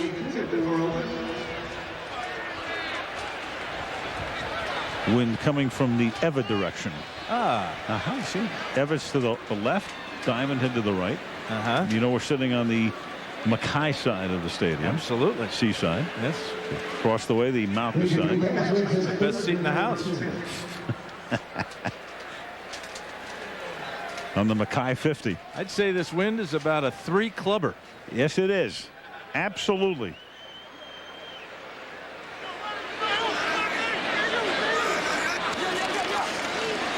Third and 10. Garcia throws, and that's incomplete. Certainly a 3 clubber over at Waialae, where they whacked that P around at the Sony Open about a month ago. It's still in great shape, isn't it? You bet. So it's 4th down and 10 now for the NFC. Andy Reid, one time on the Green Bay staff under Mike Holmgren. Boy, hasn't Mike spawned a whole generation of good young coaches, much as Bill Walsh did in the 80s. Garcia throws, and that is Keyshawn Johnson making the catch at the 31-yard line. Keyshawn Johnson beating Ty Law, a couple of co-MVPs back in '99 of this game. Deep out route. Keyshawn knows he's got to get deep down the field to pick up enough to get that first down, and Ty not quick enough to make the break on the ball, but timing there between Keyshawn Johnson and Jeff Garcia was perfect.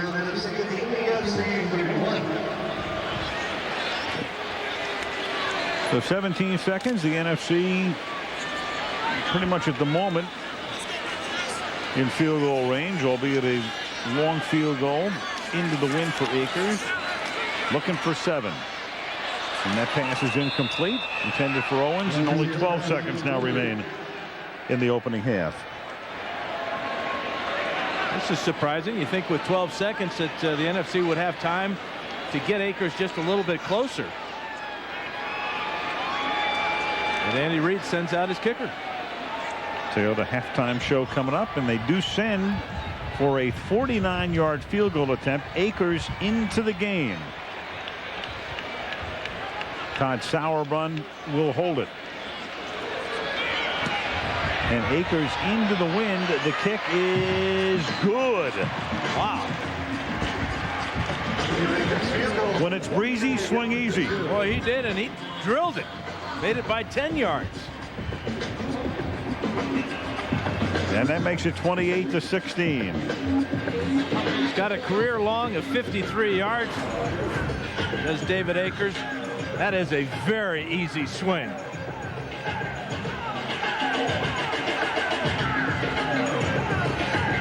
Beautiful.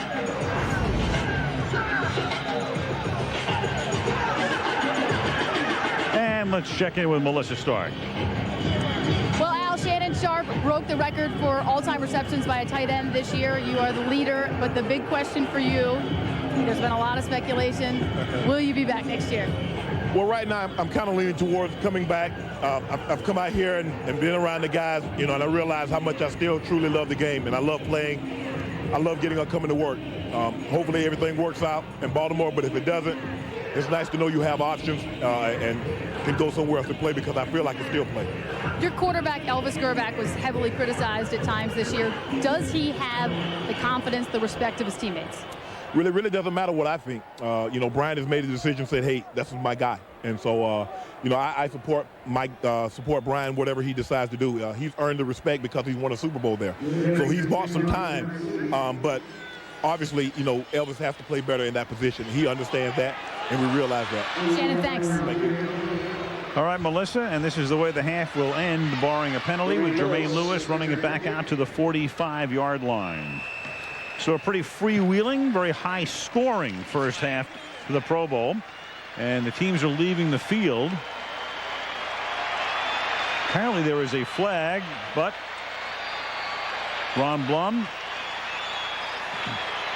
has either picked it up or will ignore it.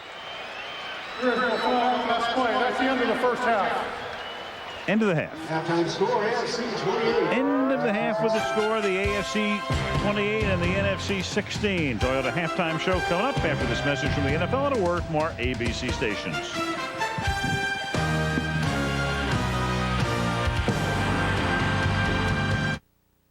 I'm a player in the National Football League. But that is not who I am. I play to win. But that's not all that drives me. My dream is to be a Super Bowl champion. But that is not my only goal. You see me as a player. I wish you would see me as a person as well. I'm a member of a community Dedicated to making a difference. Dedicated to making a difference in people's lives. In people's lives. I'm a player in the National Football League. I'm a player in the National Football League.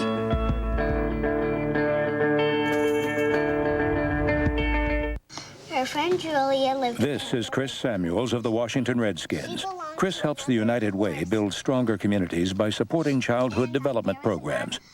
Chris is an emotional player. They were no longer little girls, they were little women. Here's your book, Mr. Samuels. That's not my book. Yes, it is. It has your name in it. Okay. Emotional. I wanna be a Bond girl.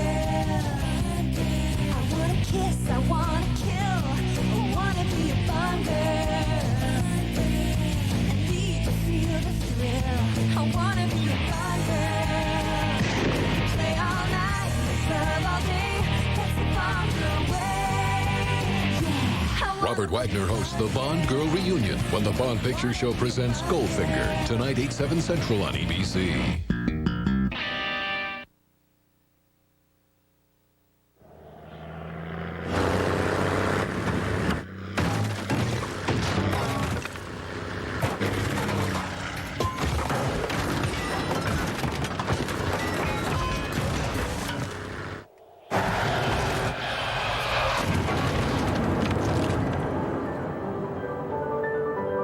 Classical.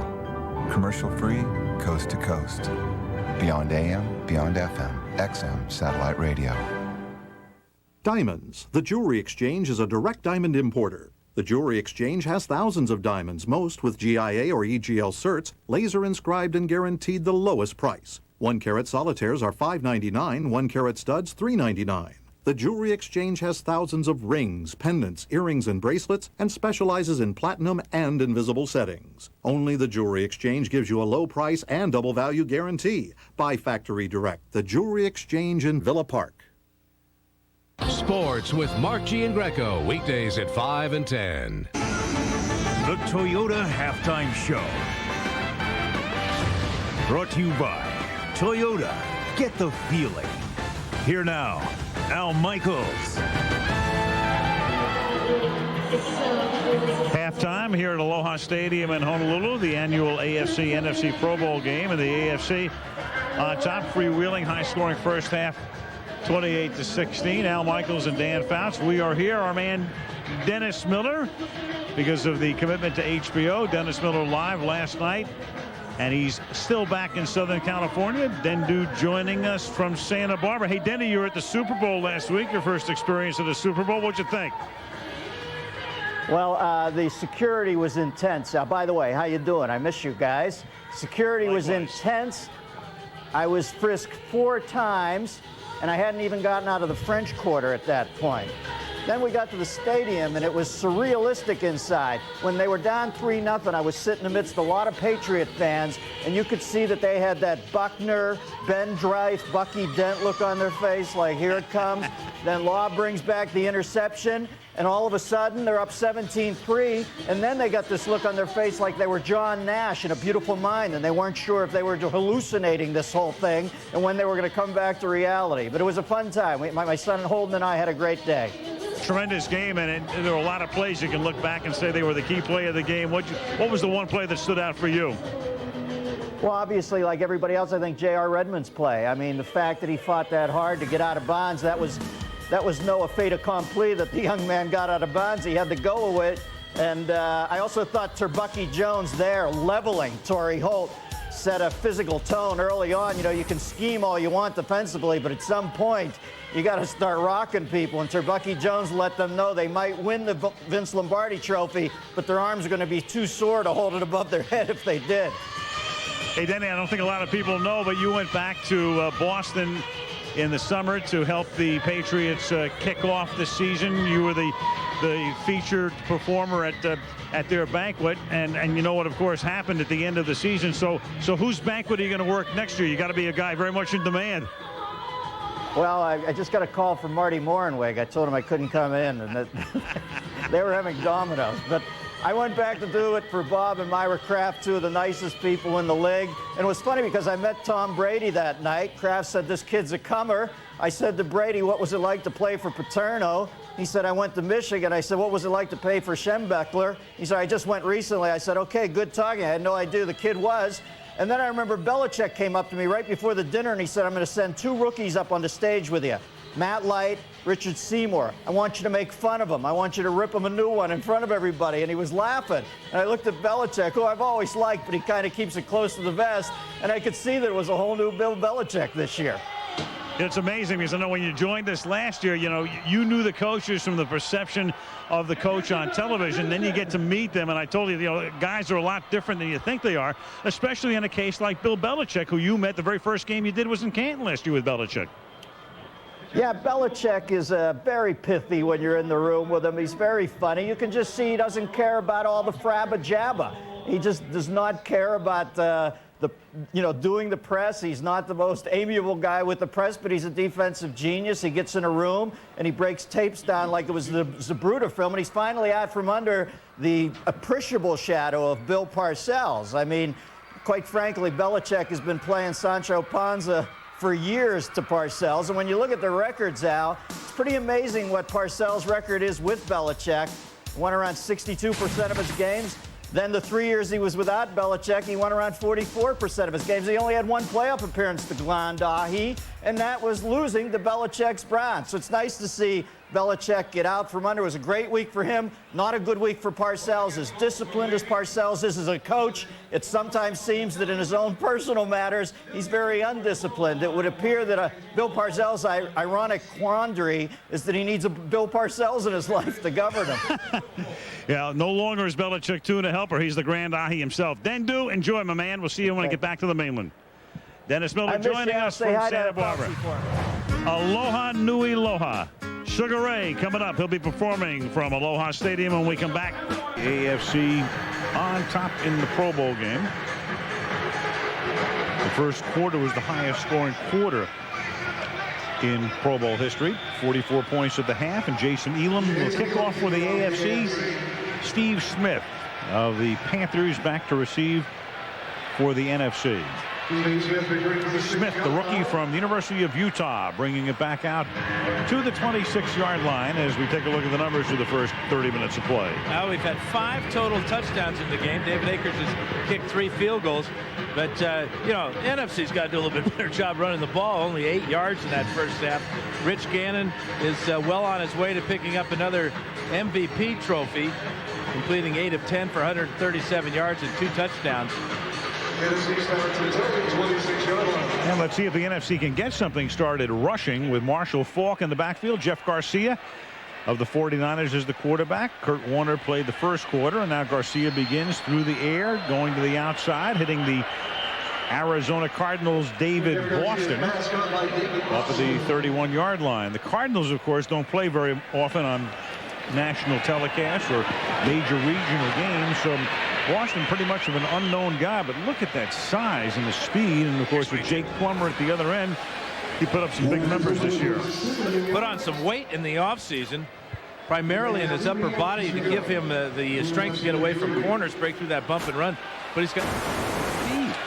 And a 16.3 yards per catch average, which is these days.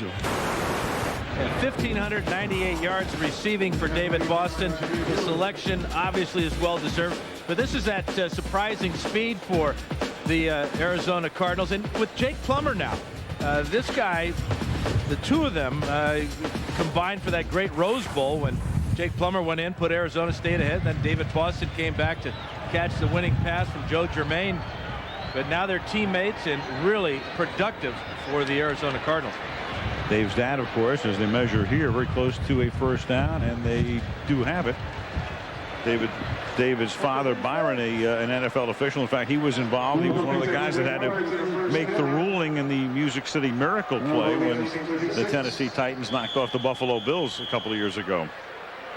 Yeah, we got the Olympics, and you're still talking about miracles, aren't you? It's that time. That was great. The U.S. hockey team from 1980. Yeah. Lighting the torch. As on first down, it's Marshall Faulk picking up a yard. Great line by Mike Eruzione, the captain of that team and the hero. Very funny guy. Through the years, Mike said, he said, the great thing about it is when I get a little down, I'll put that tape in. I'll watch it. He said, and every time I shoot, the puck goes in. Yeah, and we all believe in miracles, too. We just hope we get some bit of the same success this time around, don't we? Yeah. Second down and 10 from the 36-yard line. Garcia fumbles, picks the ball back up, on the run and then just throws and it's incomplete. And we check in with Eric Dickerson. Yeah, with Kurt Warner. Not Kurt. In the Pro Bowl game, quarterbacks really don't run quarterback sneaks. No, now, they did don't. you want to run that? I'm not supposed to get hit out here. It's supposed to be a nice little pocket in there, sit back there and make plays. But, hey, get a first down, get a first down. We got that big all-star in the backfield, and they're giving me the ball on a quarterback sneak. I don't know. Now, the Rams got to the Super Bowl this year, didn't win it. What do they have to do to get back to the Super Bowl? Consistency. I mean, I think that's a big thing. That it's tough to do it in this league, to do it consistently week in and week out. And we've got the talent, there's no question about that, and we're going to have the talent next year, but it's a matter of staying at that high level and staying consistent. And if we do that, there's no telling how long we can do this and how many times we can get back. But it's tough to do that week in and week out at this level. Thanks, Kurt. Al? All right, thank you, Eric. Terrell Owens just made that catch, but he's a little bit short of the first down across the 45-yard line. And the NFC will send in the punting group to kick it away on 4th and 1. Yeah, I would say the Rams have the talent to get back there. You really got to give Lovie Smith and that defense a credit. What a job they did turning around a horrible defense from a year ago to the 3rd best in the NFL and all the way to the Super Bowl. Rams, I'm sure, will be the preseason choice of many to win the Super Bowl following next season. Fair catch called for and made at the 17-yard line by Jermaine Lewis after the sour bun punt. And a couple of the Rams going over what happened last week, 28-16 AFC. Steady cam. Steady cam in the AFC huddle. Our man Zach had played left guard, hold his own. Yeah, and he knows when to get out of there, too. He's starting to get into his back pedal now. 1st and 10 at the 17-yard line for Cordell Stewart and the AFC. We'll see Stewart in the 3rd quarter and then Tom Brady in the 4th as Curtis Martin takes the ball up to the 20-yard line. Another great year for Curtis Martin. Came into the league out of the University of Pittsburgh as a Patriot in '95, then went to the Jets, and there it is. He has more yardage than Emmitt Smith, Jerome Bettis, or anybody else since he came into the league. 64 career touchdowns on the ground, 8 more through the air, and all those yards and durability and reliability. That's Curtis Martin. 2nd and 7 from the 21-yard line. Stewart flings one into the NFC bench intended for his teammate Hines Ward. One Steeler to another, but not even close. That ball might have hurt somebody. Yeah. On the NFC bench. That was a dart. Well, there's a guy we're going to take a look at, I'm sure, on Monday night next year. The Bears have not been on Monday Night Football for a number of seasons, but off their great year, Brian Urlacher. Olin Kreutz also in the game for the Chicago Bears. We'll be taking a look at that team next year. Of course, the Bears, because of the renovation at Soldier Field, will play their home games downstate in Champaign at the stadium that houses the University of Illinois team. Larry Centers makes the catch here. So the Bears, in effect, are playing 16 road games next year. Very similar to the situation that the Tennessee Oilers found themselves in when they moved from Houston. Played their games in the Liberty Bowl in Memphis. About a 3-4 hour drive from Nashville. Well, that's what the Big Cat has to look forward to. You wonder if they'll fly or get on that bus and go down to Champaign. I wonder. Bet you James wants to fly. Yes, he does. 1st and 10 from the 29-yard line.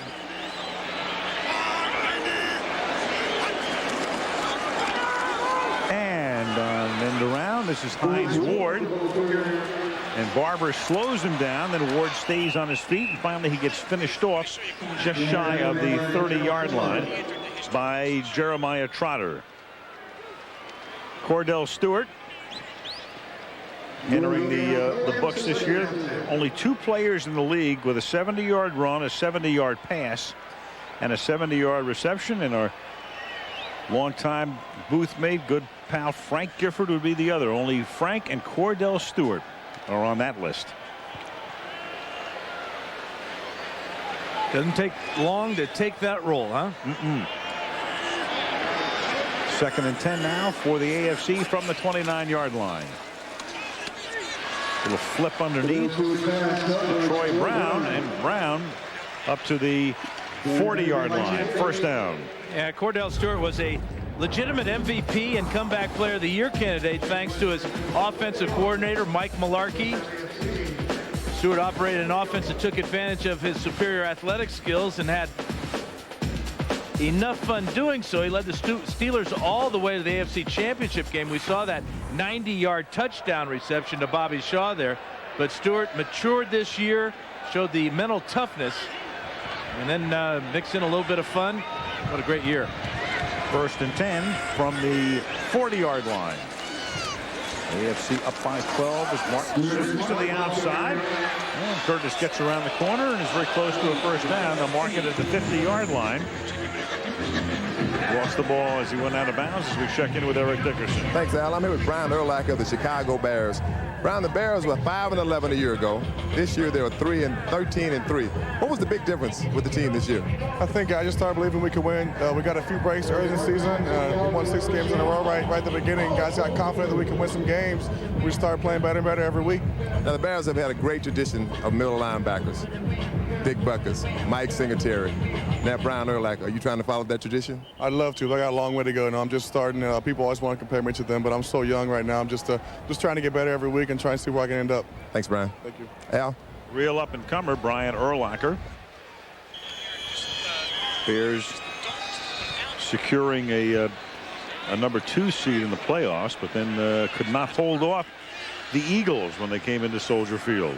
1st and 10 at the 50-yard line. And Martin with a lot of room to roam, and Curtis with a first down. So the AFC pounding out the yardage on the ground here in the 3rd period. And they're having success on the left side behind big Jonathan Ogden.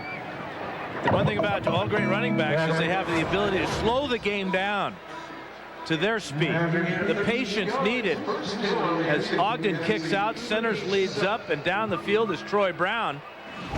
Another first down for the AFC.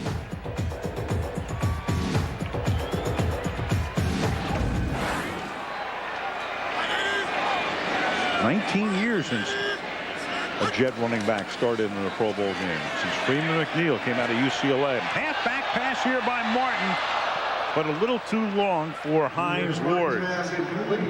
Curtis has had a lot of success in his career on the halfback pass. And Bill Cowher knows it only too well. The coach of the AFC saw Curtis throw a touchdown pass against the Steelers this year. That is a pretty good pocket. Look at that offensive line in front of him. But not enough air under the ball. Didn't throw it high enough in the air so that Hines could adjust to this pass. Champ Bailey beaten initially, but good recovery makeup time there for Champ to get back. 2nd and 10 now at the 37. Play clock is ticking down to 0, so Stewart calls a timeout for the AFC.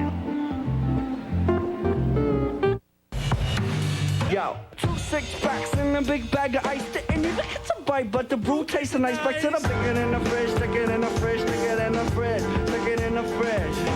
I like cool beverage, I like cool beverage, I like cool beverage. I'm kind of thirsty. I like cool beverage, I like cool beverage.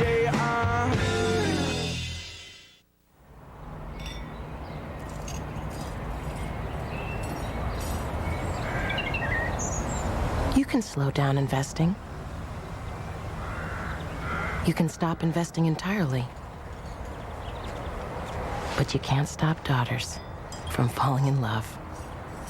Hi, Daddy. Which is why your Morgan Stanley financial advisor will never let you lose sight of what you're investing for. What would you do with the Pontiac Grand Am? Oh, yeah! We're going to drive as fast as we can to San Francisco. We're doing big things with the Pontiac Grand Am. Big things, baby. 3Com Park, next 3 exits. How do we get to 3Com?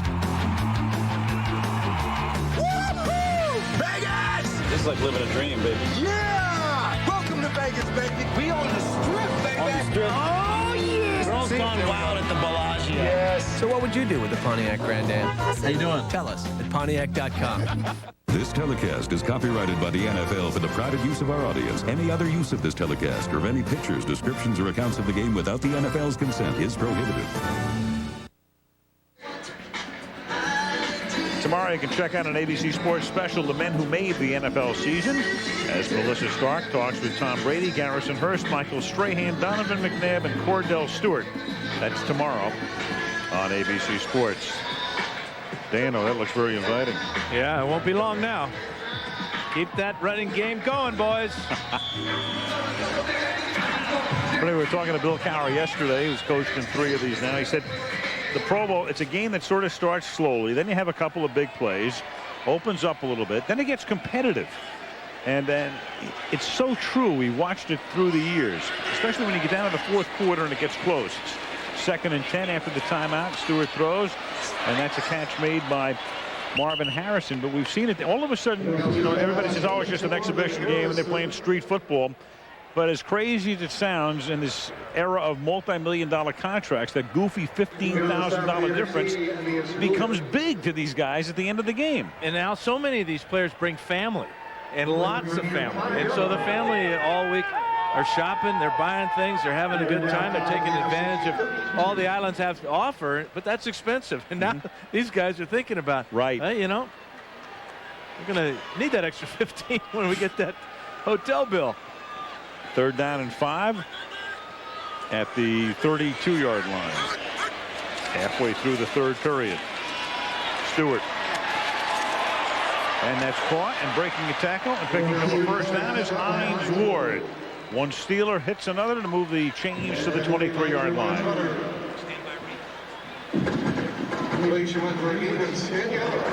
Good timing between Stewart and Hines Ward, working on Champ Bailey.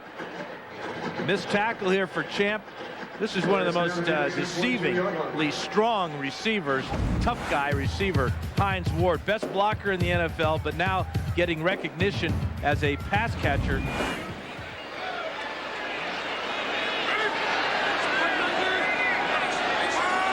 From the 23 on first down. Stewart sending it back to Martin. Curtis cuts it back inside the 15, takes the ball to the 10-yard line, and that'll set up a first down and goal. Larry Centers, as he has so often through his 12-year career, throws a block that springs him. Larry Centers, the receiving type of fullback, shows that he can get the job done, leading Martin around the corner. Going to find Champ Bailey, knock him out. I just love the way great running backs cut across the grain like Martin did there. Just seems that they have eyes on the side of their head sometimes to find where that open area is. There's the block by Centers. Under 6 minutes to play in the 3rd. The AFC up by 12, trying to pad their advantage. And on 1st and goal, Cordell gets wrapped up by Hugh Douglas. And the AFC may be looking for a face mask infraction, but there's no flag. The quickness we've seen already from Hugh Douglas is evident here as he gets inside and is going to beat the block of Curtis Martin. Well, that's a mismatch. If this were a regular season game, we'd call that bad game planning. We'll give Curtis the pass on that one. His left hand on his mask as he was going down, but no call. 2nd down and goal at the 17-yard line. 5:20 to play in the 3rd. Stewart, quarterback draw. Cordell takes off, regains his balance, gets all the way down to the 3-yard line before Jeremiah Trotter stops him that short of the goal line.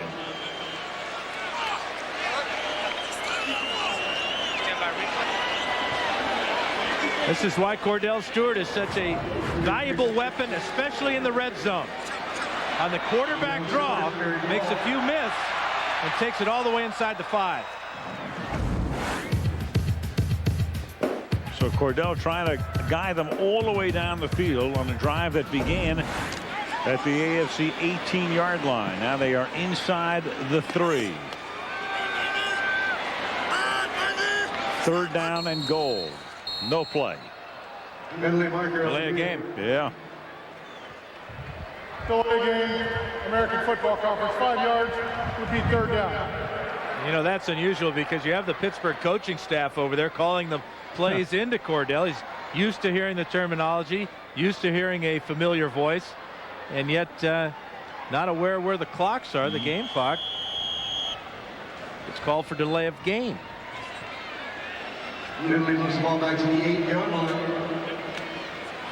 Third and goal now from the 8.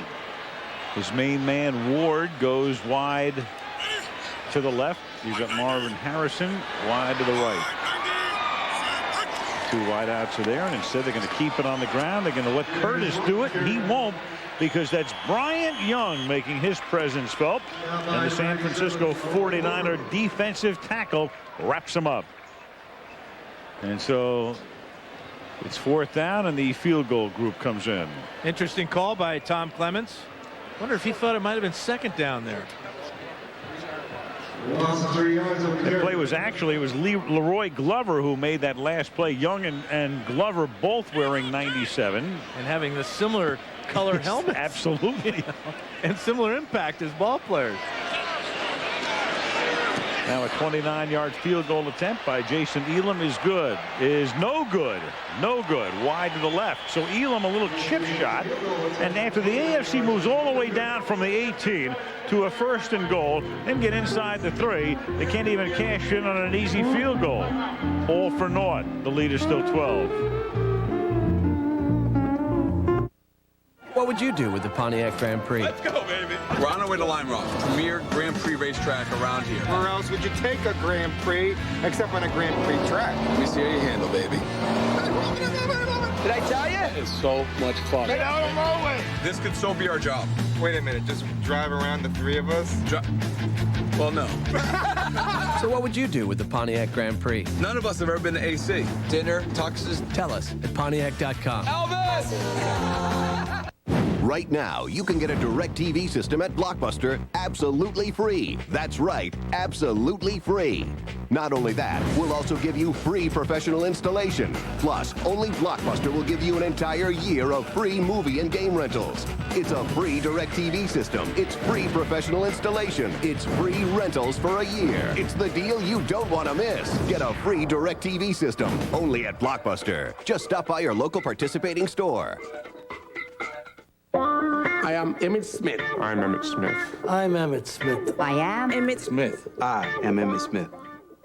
No, really, I am. Worried that the you shopping online really isn't you? That's why Visa's introducing Verified by Visa, a new security service that will help protect Visa cards from unauthorized online use with a personal password. This service is only available on select Visa cards issued by participating banks. I am Emmett Smith. Please. To learn more and to check if your card is eligible for this service, go to visa.com/verified. ABC Sunday, starting 9/8 Central. The one night where 2 of television's best dramas are all new. I want you to kill them all. Quentin Tarantino in a new Alias. Then 10/9 Central. The brutal attack. Now the heart-stopping fallout. A new practice after a new Alias. Philadelphia Eagles, one of the league's emerging stars. And he comes into the game as the NFC's 3rd quarterback. 2nd time he's been a participant in this ballgame, both as alternates. Replaced Kurt Warner last year, Brett Favre this year.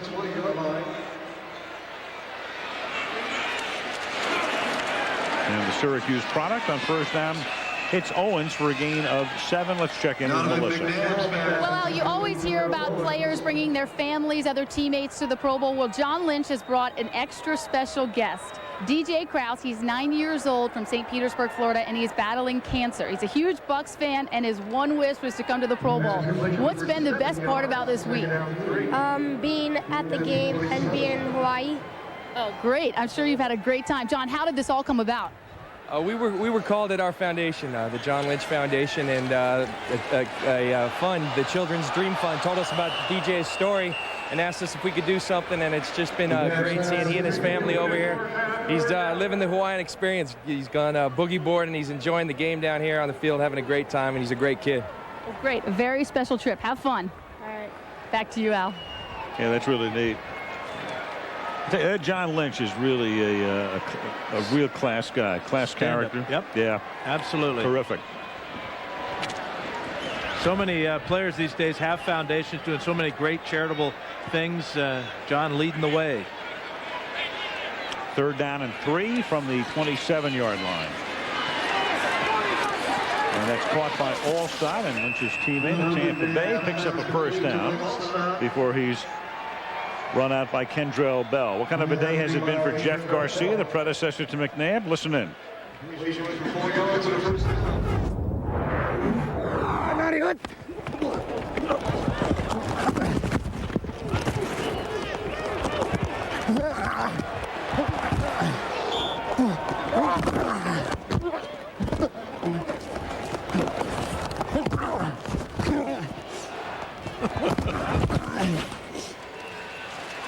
Take your breath away. The thing you get out of that is that on every time a quarterback gets hit, there are 2 hits. There's the one when the player gets you, and then there's one when the ground gets you.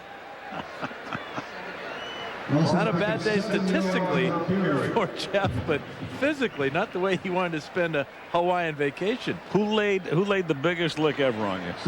In this game? In any game? Boy, you know, it's just too many to count. Somebody in silver and black, I'm sure. 2nd and 3 from the 37-yard line. Here is Marshall Faulk, stretching, reaching, trying to get that first down. Talked earlier about Curtis Martin and what he's done. Then you have Marshall Faulk, yards from scrimmage, 44-game span, which is almost 3 complete seasons, and that's encompasses his whole Ram career. He's missed 4 games with injuries, and there it is, most yards from scrimmage over a 44-game span. It's kind of like when the planets get in alignment. It's when a coach, a system, a great player, or 2 or 3, as the Rams have. That's why you get those unbelievable numbers. From the 41-yard line, this is Johnson picking up about 7. This Pro Bowl game is being brought to you by Pontiac. What would you do with some Pontiac excitement?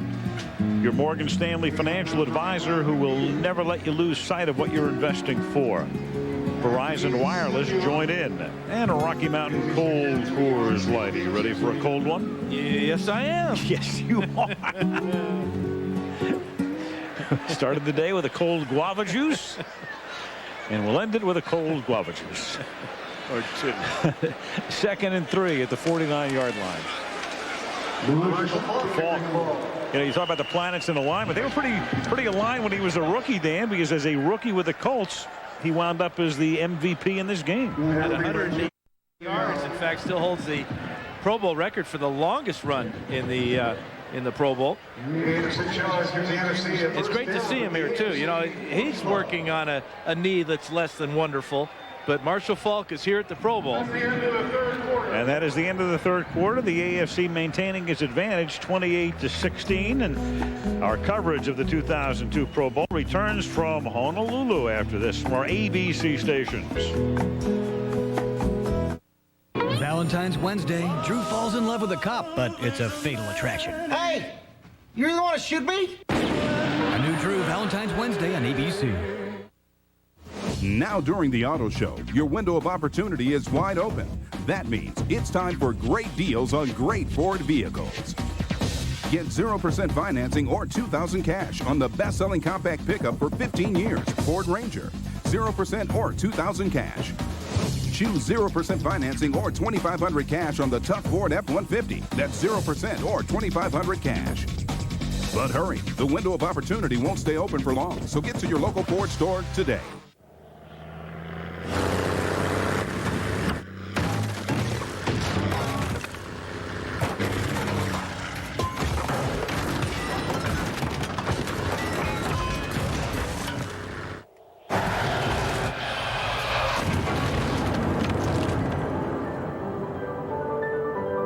Classical, commercial-free, beyond AM, beyond FM, XM satellite radio. Available at your local electronics store.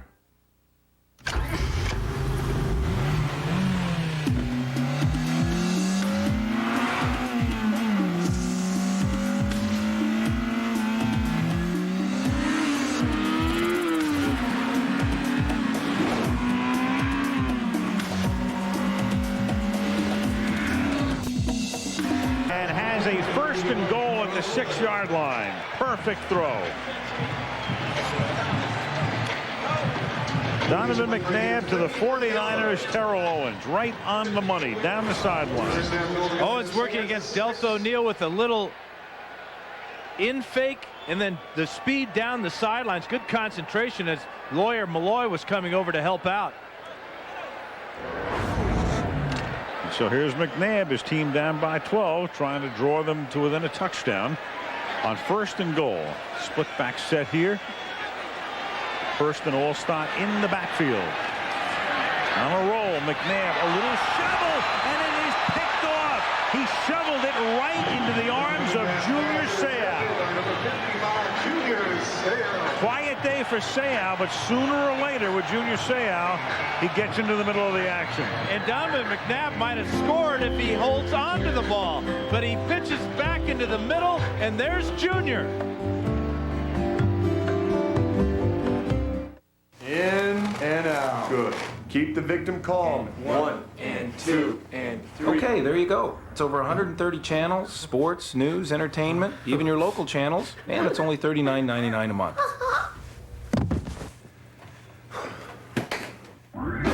Just $39.99 a month. Over 130 channels of DirecTV programming, even your local ones. Now get a DirecTV system for $49 or less, installed. So it was the digital music that... Yeah. What would you do with the Pontiac Grand Am? Oh, yeah! We're going to drive as fast as we can to San Francisco. We're doing big things with the Pontiac Grand Am. Big things, baby. 3-car park, next 3 exits. How do we get to 3-car? Woohoo! Vegas! This is like living a dream, baby. Yeah! Welcome to Vegas, baby. We on the strip, baby. On the strip. Oh, yeah! Girls gone wild at the Bellagio. Yes. So what would you do with the Pontiac Grand Am? How you doing? Tell us at Pontiac.com. Thanks. Michelob Light.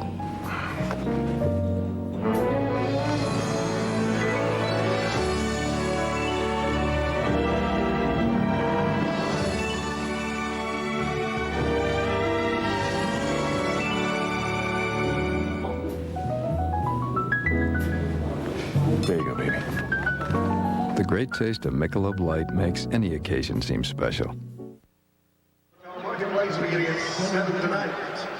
So here he is, the Super Bowl MVP. 6 days later, in Honolulu, after the dream season, Tom Brady comes into the Pro Bowl. And it looks like he's disguising his bags under his eyes with face paint there. He has not slept very much since that wonderful afternoon he had in the Big Easy. Well, he went from New Orleans, I think he went to Orlando. Yeah. To tape the Disney World spot, then to Boston for the parade, right, and then to Honolulu. 1st and 10 from the 20-yard line as Priest Holmes picks up about 3. Let's check in with Melissa. Well, Al, the 5th member of this year's Hall of Fame class, the late George Allen, the former Rams and Redskins head coach, here representing him, his son Bruce. What would your father have thought of this honor? He'd be so proud for the players and the coaches that worked with him, because he loved the game. He loved the camaraderie he had with all of his players in college and pro, and he'd be real proud. He loved veteran players. So how would he have dealt with today's game when you have to play so many young guys? Well, I think he would have loved it. I think free agency was made for someone like my father, because you can always find a guy who will come in and fit with the team and help you win. So I think he would like it. Changing gears a little bit, you're a top executive with the Raiders. Are negotiations or talks still going on between the Buccaneers and the Raiders concerning John Gruden? Well, I didn't hear the whole question, but you know, if it has to do with that Tampa speculation, I think John is like every head coach in the NFL. He's under contract and he'll coach for that team in 2002.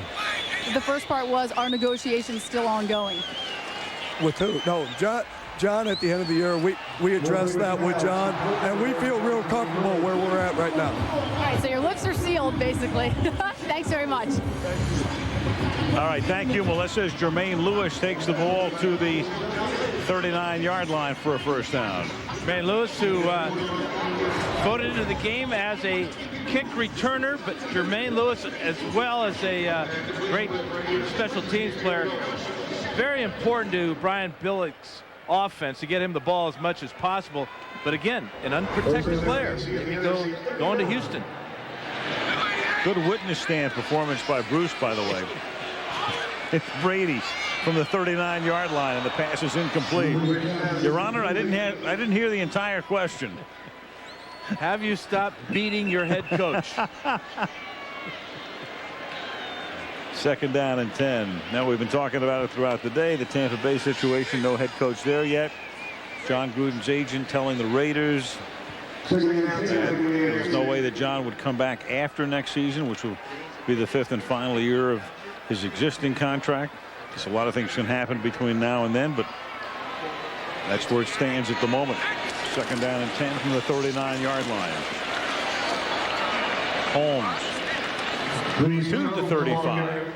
It's been a pretty good 12 months for graduates at Sarah High School in San Mateo, California. Lynn Swann was voted to the Hall of Fame. Barry Bonds hit 73 home runs. Tom Brady, of course, I'm not sure he topped them all, but he certainly surprised us all with his wonderful season and wonderful Super Bowl.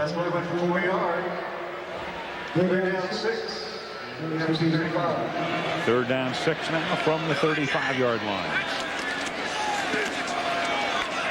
Brady hanging in there, and then the pass is incomplete. Intended for Jermaine Lewis. Brady threw only 3 passes in his rookie season. Then came this after the Bledsoe injury. And the thing about his numbers, the completions are outstanding. That's a great percentage. And of course, in the postseason, similar type of numbers, but he made the plays when he had to. None more important than the winning drive to set up Adam Vinatieri. Now a 53-yard field goal attempt by Jason Elam,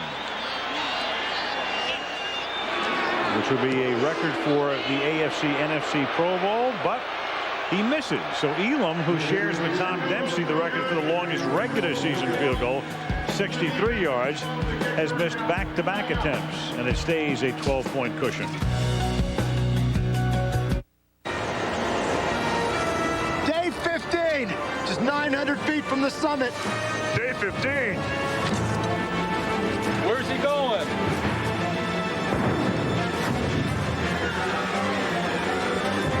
Oh, hey, guys. Just gonna mail my credit card payment. You mean you don't have a Capital One no-hassle card?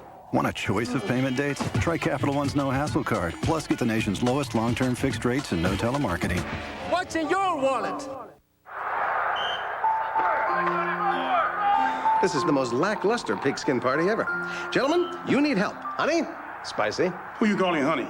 Who you calling spicy? I'm talking about the intense flavor of KFC honey barbecue wings and spicy barbecue wings. They're drenched in sauce. Here's to Hurst out in the flat. Garrison to the 44-yard line. Garrison Hurst, who suffered what appeared to be a career-ending ankle injury in a playoff game at Atlanta a couple of years ago, and then a spectacular comeback this season. It had to be the feel-good story, maybe of all time in the NFL, because this ankle injury forced him out of football for 2 years. And all the surgeries he had to be able to come back, not only to run again, to play football again, but to make it all the way to the Pro Bowl. McNabb now throwing it a little too high, and that forced Ryan McNeil into a situation where he could lay a lick on Torrey Holt reaching for it. Torrey Holt trying to make time stand still as he sticks up one hand. But Ryan McNeil, number 47, this is a freebie for a defensive back. All the ribs are exposed.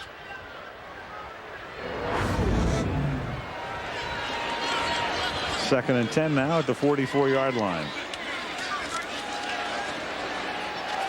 And that's incomplete. Check in with Melissa. Well, Al, Curtis Martin was the Jets MVP this year for the 3rd straight time. Curtis, you go about your job so quietly. Despite all the success, do you ever feel like you don't get the recognition you deserve? Well, you know, I'd rather be considered the most underrated than the most overrated. You know, that's my philosophy. I want to go in there and I want to work hard. It doesn't matter who doesn't recognize it, I recognize it. The Jets made it back to the playoffs this year for the first time since 1998. How do you guys build on that going into next year? Well, you know, we all left with a sour taste in our mouth. We feel that we were better than what we performed this year. We feel that we could have went further. Woulda, coulda, shoulda. You know, you always have that story, but hopefully next year. You're a huge Bill Parcells fan. Are you surprised that he didn't come back? No, I'm not surprised. Bill has done so much for this game. He deserves to do whatever he wants to do. He can come back or he can stay home. Whatever he decides, that's on Bill, and he deserves it. Last question, what happened on that halfback pass? Man, I told Hines to run full speed, and I'm just joking. I just overthrew him a little bit. All right, thanks, Curtis. All right. All right, thank you, Melissa. Meanwhile, Donovan McNabb scrambling and buying time, and getting free was Torrey Holt, but the pass was underthrown on that last play, and so it's 4th down. Here you go for your field goal, Al. Well, look at this. Now, this is going to be a 62-yarder with the wind. David Akers of the Philadelphia Eagles will try to do it. NFC. And the NFC, getting their right personnel on the field, will take a timeout. So a 62-yard attempt coming up when we come back.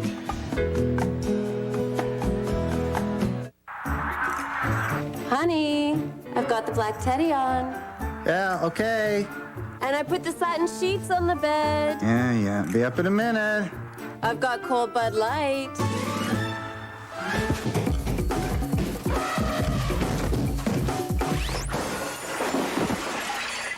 Ow. Honey? For the great taste that won't fill you up and never lets you down. Steve? Debbie? Make it a Bud Light. Let me tell you how it will be. There's one for you, 19 for me. 'Cause I'm a tax man. It took an act of Congress to pass 441 tax law changes. Will it take an act of God to understand them? No one understands the tax law changes better than H&R Block. If you're not satisfied, you don't pay. In and out. Good. Keep the victim calm. 1 and 2 and 3. Okay, there you go. It's over 130 channels, sports, news, entertainment, even your local channels, and it's only $39.99 a month.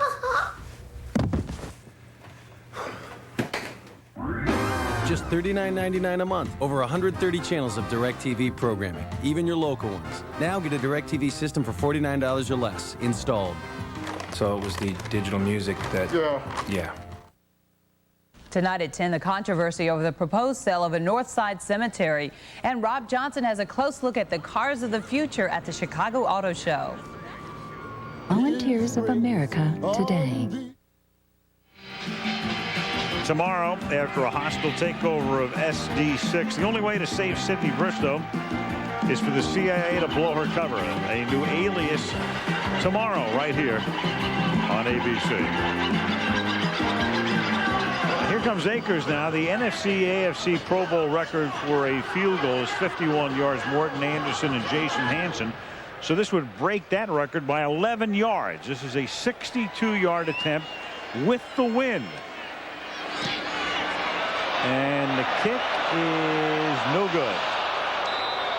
Had the accuracy, not the distance. And so the score remains the same. 28-16, American Conference.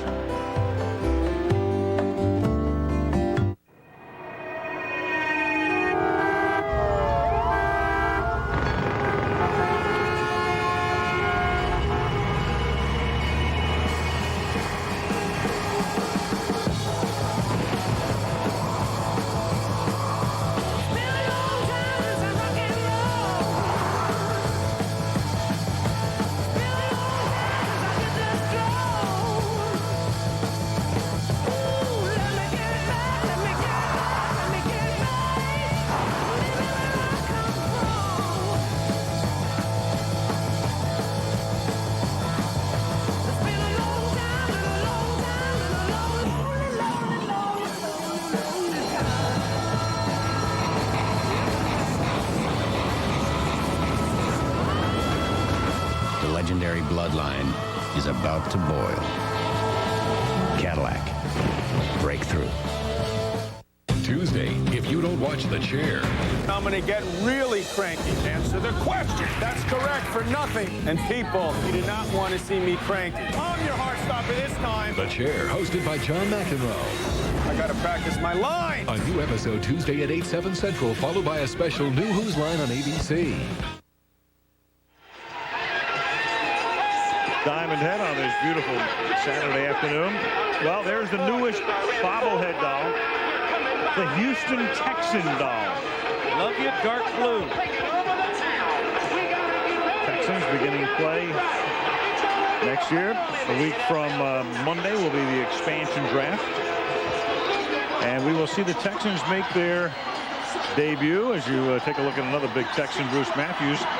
Houston plays its first ever game in the Hall of Fame game in Canton next August, which is a staple here on ABC Sports. So we'll see the Texans against, I believe it's the Giants. New York Giants, you bet.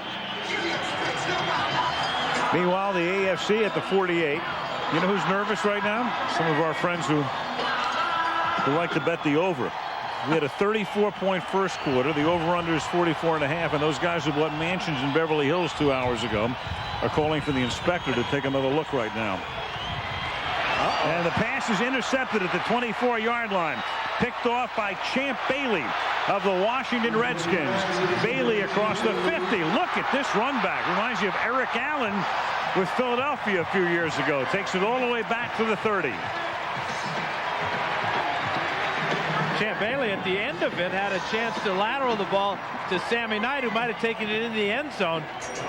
I think that after Bailey makes the interception on Tom Brady, he's going to run about 6 miles here, setting up blockers, cutting across the field, and carrying the ball like the pineapple. Right about here, though, if he laterals to the outside, and he's looking out there right now, Sammy Knight might have taken it in. Now the Nationals at the 31-yard line with 10 minutes to play in the game. And Donovan McNabb buying time, surveying, great protection. Then he just takes off, and he has a lot of room inside the 20, and then finally forced out of bounds at the 18-yard line.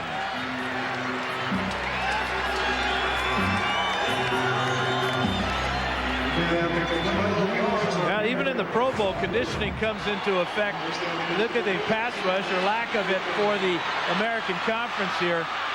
This is about 6 seconds, and then he decides to take off and pick up a whole bunch of yardage. Shot from the sky cam, hovering high above the field. That's a great picture, isn't it? It is. And we find that gizmo quite nicely. From the 19-yard line on first down. This one from Sky Cam as well. That pass was tipped and incomplete, intended for Keyshawn Johnson. Yeah, pass incomplete, intended for Keyshawn Johnson. And it'll be 2nd down and 10 now for the NFC. Kurt Warner started the game. Warner today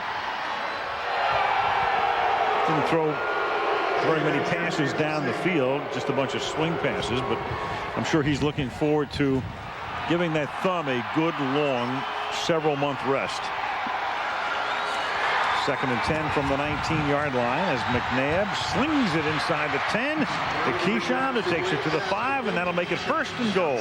And Keyshawn's used to this type of offense, catching 106 balls in the regular season and 1 touchdown. But he led the NFL in catches inside the 5-yard line like this one. First half goal to go for the NFC. Working against Deltha O'Neal and getting the ball just to the 5-yard line. Frustrating year for Keyshawn as far as touchdown receptions is concerned. 1st and goal, ball at the 5. McNabb scrambling, then he thought about throwing it away and couldn't. Taken down by Marcellus Wiley. Fewest TD receptions in a season with a guy in triple figures. Larry Centers used to hold the mark at 2. And the Key now has that mark with 1. In the meantime, you've got Big Cat Williams, who was shaken up on that last play. And timeout as they work on Williams. And let's check in with ED. Thanks, Al. John, I'm here with John Stallworth. John, 4 Super Bowls with the Steelers. How does that compare with being inducted into the Hall of Fame? About on the even keel. You know, the 4 Super Bowls, excited about that. Great times during our time in the Steelers during the 70s. But to look back on that and say that I played well enough during my career that to warrant this honor, fantastic, fantastic. What one person had the biggest influence on your NFL career and you getting inducted to the Hall of Fame?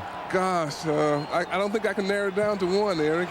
Certainly my parents are there, my wife are there, a lot of my teammates and the efforts over the years and in college and doing the pros. Can't narrow it down to one, but a lot of folks were responsible for my being here. Thank you, John. Al? Thank you, Eric. Junior Seau breaking up that last play. The pass dropped by Garrison Hearst. How about 4 guys from that 74 draft of the Steelers now in the Hall of Fame? And John Stallworth, I was lucky enough to play with him in a couple of these Pro Bowls, but in watching those highlights, you can almost see that he could play and succeed as well today as he did back then. Deltha O'Neal is going to just reach out and grab Keyshawn, and our referee right here, well, he's looking at something else, I guess. But John Stallworth, very deserving of his induction to the Hall of Fame. McNabb, and finally they get it in. It's Terrell Owens for the touchdown.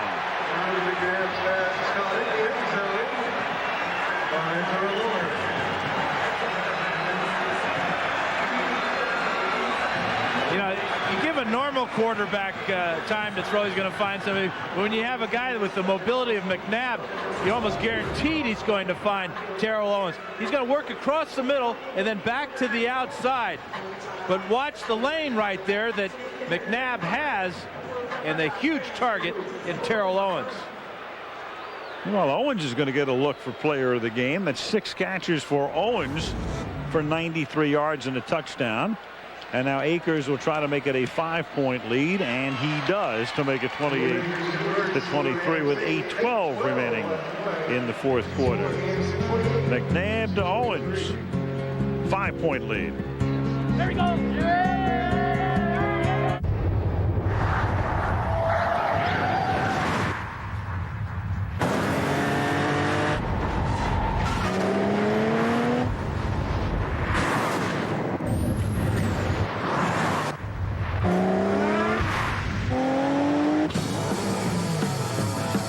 Never yield to convention. Cadillac CTS. Breakthrough.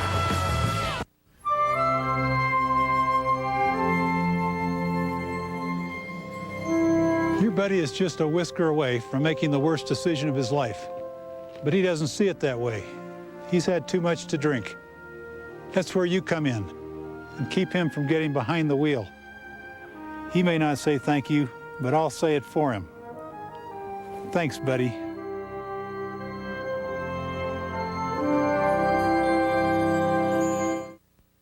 ABC Valentine's Wednesday. Ah, the romance of a daughter's first date. Too bad Damon isn't here to see it. Oh my God. Hey, Damon, it's a double date. A romantic Knew My Wife and Kids. Then what do you give the man who's got everything? How about sexy boudoir photos? A sexy new according to Jim. After My Wife and Kids, ABC Valentine's Wednesday. Jeremiah Trotter of the Philadelphia Eagles. Linebacker, special teams performer here. We have him mic'd up.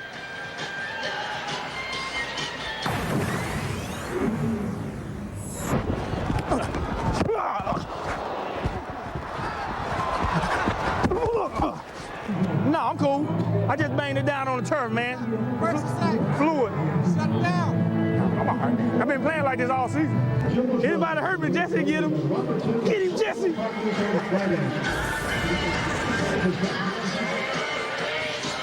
Dexter Coakley with a little advice, telling him to shut it down. Bruised knee. And there he is out on the kickoff coverage team. Right. Trotter. Wow. Playing with it all season, he's telling Coakley.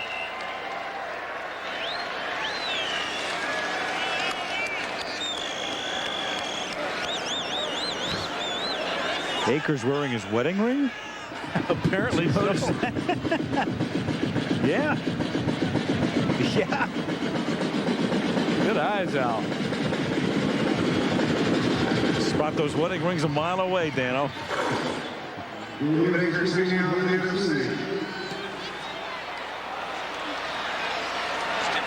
7-yard line.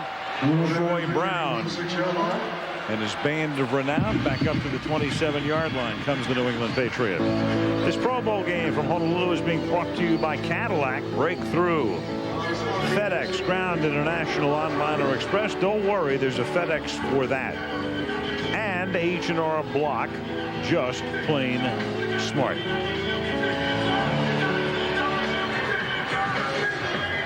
Pretty entertaining ball game this afternoon for the fans here. 51 points on the board. Terrell Owens with 6 grabs, including that touchdown reception, and now Brady leading his team from the 27-yard line.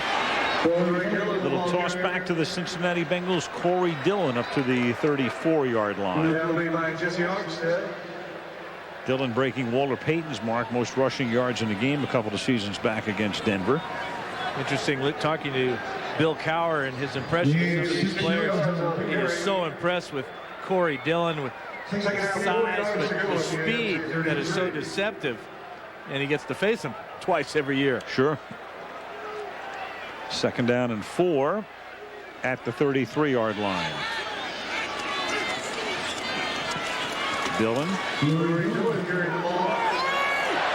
And I think this is the best thing about a game like the Pro Bowl. Here's a guy like Dillon. You just don't see him very often because the Bengals infrequently play in games that get a lot of exposure geographically, and then you're able to watch him and see what he's all about in a game like the Pro Bowl. And this is what he's all about. The combination of strength, a little bit of determination there too, and then the speed as he runs away from guys down the sidelines. A lot of people were surprised that Dillon re-signed with the Bengals. Would be a major star in a lot of teams. 1st and 10, the ball at the 38-yard line.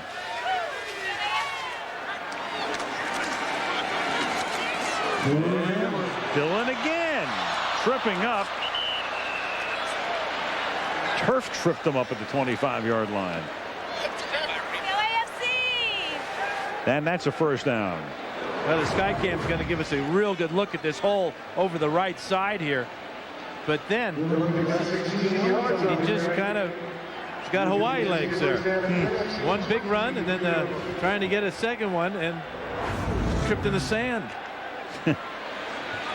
Jet lag. AFC averaging over 7 yards per rush, dominating on the ground, but leading by only 5 under 6 minutes to play. The ball is at the 22-yard line. Dillon again. Turns it back up. Goes to the 21. Here's Melissa. Well, Al, Cordell Stewart was the Steelers MVP this season. Cordell, after the last 3 years, all the low points, everything you've been through, how gratifying is it to be at your first Pro Bowl? It's beautiful, man. You know, when you can go out and accomplish something that obviously no one else can give you credit for trying to do or getting accomplished, and just for yourself, most importantly, and for my teammates and all. So, you know, it's beautiful, man. You know, it's not about all the crazy stuff. It's about this right here, which is having fun and enjoying yourself with other guys. And just being here right now is an honor. Now, a couple minutes ago, you were talking to Tom Brady, giving him some tips. What kind of tips can you give to the Super Bowl MVP? Well, I mean, you know, he's still young. I mean, he had the opportunity to go out and be a part of a great system and take his team to a Super Bowl and obviously get the MVP award. But now he's a part of something different, something that I'm very familiar with, which is our offense. And being that he threw the interception, you know, and now the score is all of a sudden 28-23. You know, at first everybody's talking to him, hey, Tom, how you doing? Congratulations. And all of a sudden it gets quiet all of a sudden because he throws a pick. And I'm like, man, don't worry about it. It's okay. You know, feel like the world's on your shoulder. Hey, look, I'm going to help you. I carry it with you. Just go ahead out there and just do your thing, man. Just hit the check downs. If you don't like it, throw it away. Don't try to be perfect. Just have fun. You've certainly had that feeling before. Thanks, Cordell. Hey, Melissa, you've got a new nickname, you know, on the crew. 3rd down and 8 at the 20. And this is caught by Priest Holmes. Melissa, You don't mind if we call you man from now on, do you? I've been called a lot of things. I don't know if I've been called man before. 3 times. I guess that's a compliment, right? Yeah, I don't know. Hey, you're one of the guys. What can I tell you? Check Cordell's eyes. Oh, man. Oh, boy. Some man. What do you think he's going to call Eric? That was neat. 38-yard field goal attempt for Jason Elam. And it's good. And that makes it an 8-point game. Uh-oh. What do you smell? 3:41 to play. Right now, you can get a DirecTV system at Blockbuster absolutely free. That's right, absolutely free. Not only that, we'll also give you free professional installation. Plus, only Blockbuster will give you an entire year of free movie and game rentals. It's a free DirecTV system. It's free professional installation. It's free rentals for a year. It's the deal you don't want to miss. Get a free DirecTV system only at Blockbuster. Just stop by your local participating store.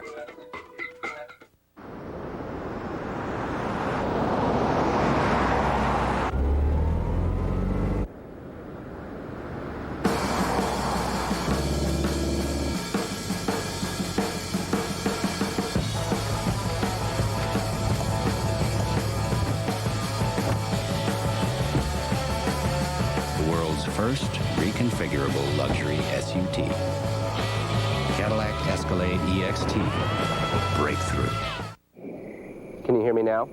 Good. Can you hear me now? Good. Can you hear me now? Good.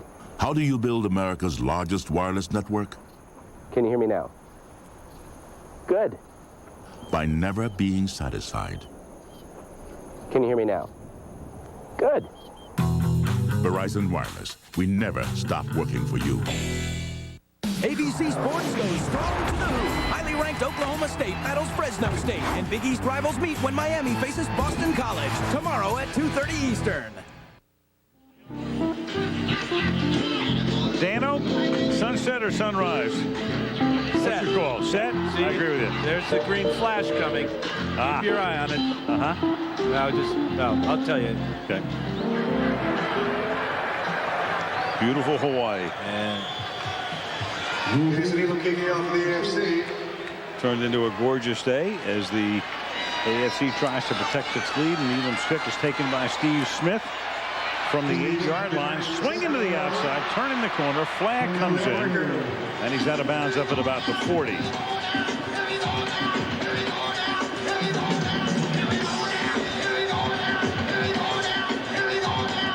Ron Blum and his crew officiating final football game of the season. And this will pin the NFC back on the holding call. Number 33 of the return team holding during the return, 10 yards from the spot of the foul, first down. Ron was quite an athlete at College of Marin in Marin County in San Francisco Bay Area. 3 sport star, basketball, baseball, and played a little bit of quarterback. Great golfer.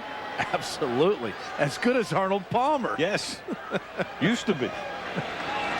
From the 21-yard line, first down for the NFC is McNabb. His team down by 8, slings it incomplete. Intended for Terrell Owens. It'll be second down and 10. 3:23 left in the fourth. Let's go to Eric. Thanks, Al. I'm here with Aeneas Williams. Aeneas, 10 years in the league, 7 Pro Bowls. Played with the Rams this year. First Super Bowl. You didn't win it. But tell me, how was that Super Bowl experience? It was tremendous, Eric. It was to have such a turnaround as far as a career, to go from the Cardinals and then play with the Rams the first year in the Super Bowl. Tremendous experience. Enjoyed every bit of it, and would have obviously loved to come out on the other end. Now, if he could do it all over again, that last drive, what would the defense do different, you think? I don't know. I trust what Lovie had called on that last drive, and I'll do whatever he called again. And and they made plays, and they were able to make a play at the end. And you got to give those guys a lot of credit. Thanks, Aeneas. Appreciate it. Al. Thank you, Eric. Good to see Aeneas Williams toiling in obscurity and anonymity for so long. Finally get the acclaim he so richly deserves. Really became the shutdown corner for Lovie Smith in that Rams defense. And how about his playoffs? 2 Brett Favre interceptions, both returned for touchdowns. Great story. 3rd down and 10 now from the 21-yard line for the NFC. Down by 8. McNabb sitting in the pocket. The pass is high. The pass is intercepted. And this is Ty Law. He did it 6 days ago and ran it back for a touchdown in the Super Bowl. Here he laterals it to the 12-yard line to Ray Lewis. And Lewis trying to fight his way into the end zone and still on his feet. And he gets into the end zone.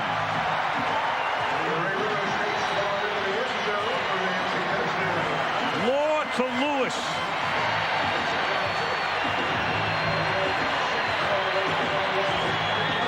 Be a law about bad tackling in the Pro Bowl. What determination by Lewis to get the score. Yeah, like 4 guys trying to tackle him there. Billick may think about turning Ray into a running back. Yeah, that was amazing. He's already got 1 Lewis running back. How about another one? Sure. That was great. So McNabb's pass sailing, intercepted by Ty Law, and then to Lewis on the lateral for the touchdown. And the extra point by Elam, and Jason's been all over the joint, is just good. Just inside the left upright. We talked about how the pass sailed on Donovan McNabb. This is a great catch by Ty Law. Watch how high he has to go to get this one. Keeps his balance and now is thinking, yeah, I'm going to get in the end zone. Here's a good cut across the field here. Look at how it opens up for him. Not very good tackling by the NFC. Garrison Hurst will wrap up Law, but he sees Ray Lewis on the outside, and now the fun begins. This is your bull in the china closet right here. Keyshawn Johnson not able to bring him down. Terrell Owens with a horrible effort there. And Lewis with the score. Skycam takes over for us and shows just how Lewis keeps his feet moving and finding the end zone. This is what happens to a quarterback looking for a place to dive and get out of harm's way.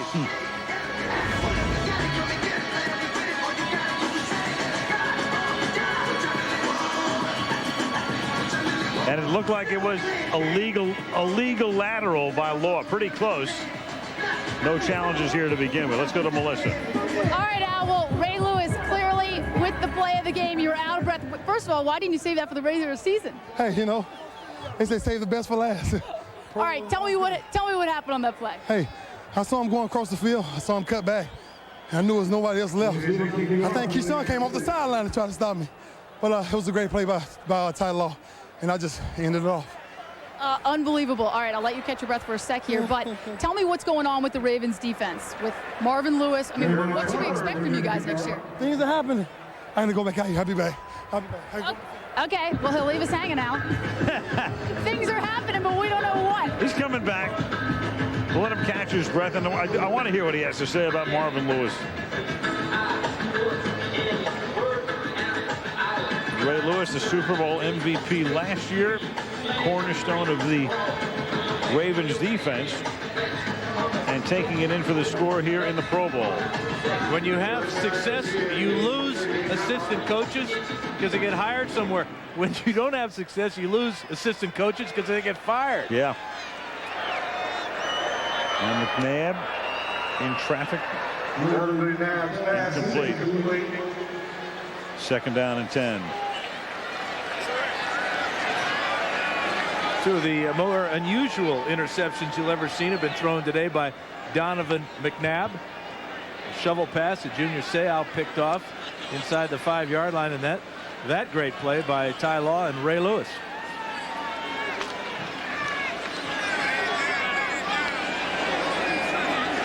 Second and 10 at the 38-yard line.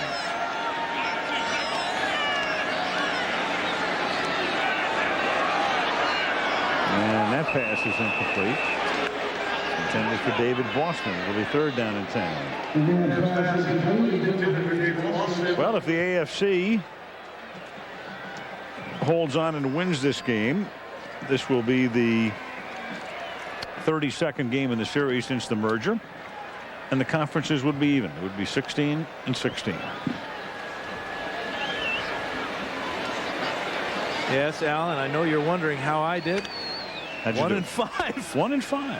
Yeah, and we were only playing for $5,000 for the winners and $2,500 for the losers. So I went home in the hole a lot. Third down and 10. And that pass is caught by Terrell Owens at the 35-yard line. Well, I mentioned, Dan, you hold the record for most yardage in a game. Careful now. Where are you going with this? Well, I just wanted to, since I believe in equal time provisions, I'm looking at most interceptions. I knew you were going there. Well, the guys must have been running wrong routes. You had 8? Well, was that in one game? No. 8 in your 6 appearances. But you hold the record by 2. Jim Hart had 6. Stabler 5. Well, you know, Donovan McNabb is going to be in this Pro Bowl for a long time. He's going to play in about 6 or 7 more. He's got 2 today. I'm pulling for him to keep firing away, you know. Dano, Hart had 5 in one game. At least you spaced your 8. Well, you had 3 in the 86 game. I pulled the hamstring after that third, and everybody was glad. Get him out of here. But, you know, in those days, you know, and when Jim played, we only picked 2 quarterbacks per team then. Right. And that's my excuse when I'm sticking to it. That's right, 2 quarterbacks, and the selection process has changed a lot through the years. I think it's more equitable right now. First and 10 from the 35-yard line. Less no-shows, of course, since they moved the game to Honolulu. Oh, what a move. In 1980. McNabb on the run. McNabb then throws, and this is caught by Owens, who comes back. Not quite the way they drew it up. And Owens is out of bounds at the 33-yard line. McNabb made a great move on Javon Curse. One great athlete faking out another great athlete. Watch as Curse number 90 comes in right about here. Woo! Even faked our camera. And watch the catch as McNabb throws it behind Owens, and he just reaches out and snatches it. Javon Curse, he thinks he's got a quarterback sack there. This is a most unusual quarterback, though. 8 catches for Owens. Randy Moss holds the AFC NFC Pro Bowl record with 9. He accomplished that 2 years ago. And now we have delay of game called against the NFC. 5 yards. Repeat second down.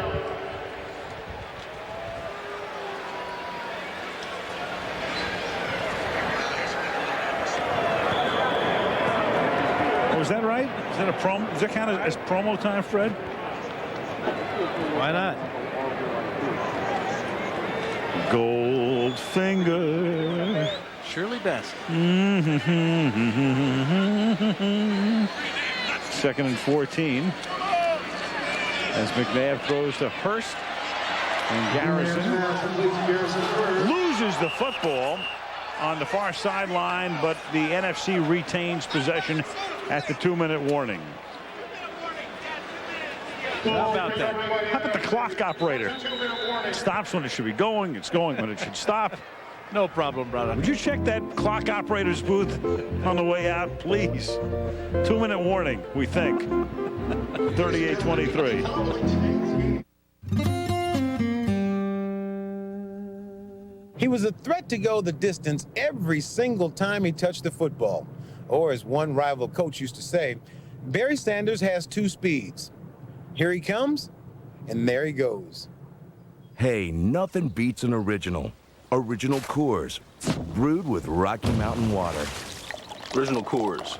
Here it comes, and there he goes.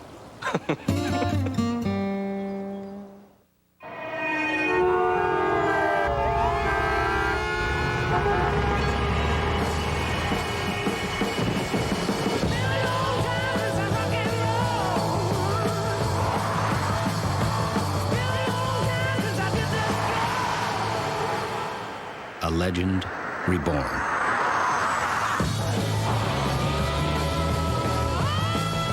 Cadillac CTS.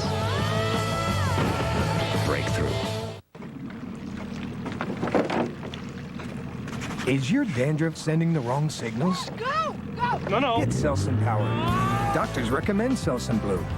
Man, that dude's awesome. Get Selsun Power. No time for a splitting headache, so I took control fast with Advil Liquid Gels. Tylenol's no match on tough pain. Advil Liquid Gels are faster and stronger. You have the strength to get rid of pain fast. Take control. Take Advil. Tonight it's Robert Wagner and your favorite Bond women. Oh, At the infamous Playboy Mansion. I must be dreaming. Goldfinger, tonight on ABC. Dano, later tonight, when you and I are performing these feats. Yes. And Eric. And don't forget our man, Melissa. Our man, Melissa.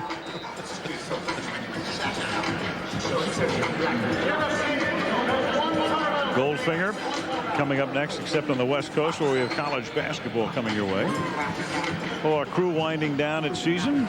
Fred Gaudelli has done such a masterful job of producing, and Drew Esikoff directing our Monday night package this year, which concludes with a Saturday afternoon Pro Bowl game in the NFC. Trying to come from behind here, and the pass is taken in at the 26-yard line by David Boston. I like to look at this as the beginning of this next season now, not the last of last. True. Season. We just have a couple of bye weeks, and then we'll be right back at it. Yep, it seems that way. Flag on the play here.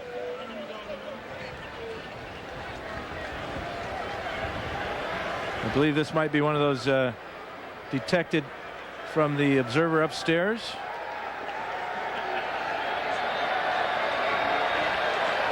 They're on the walkie-talkie down below.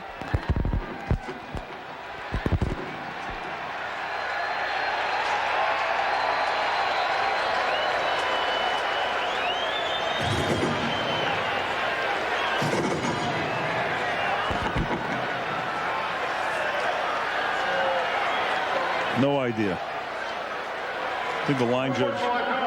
Illegal defense, number 95. 15 yards. First down. One of those illegal defense calls again. Yeah. Jameer Miller is a linebacker in this game, and he could not do this. He is up pressing against the wide receiver. So this man right here, or got the word from upstairs that this is unsportsmanlike conduct. Jameer's used to getting after the quarterback, not playing pass defense.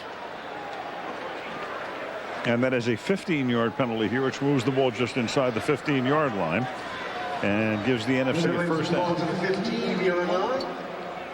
1:40 remaining in the fourth quarter. AFC on top by 15.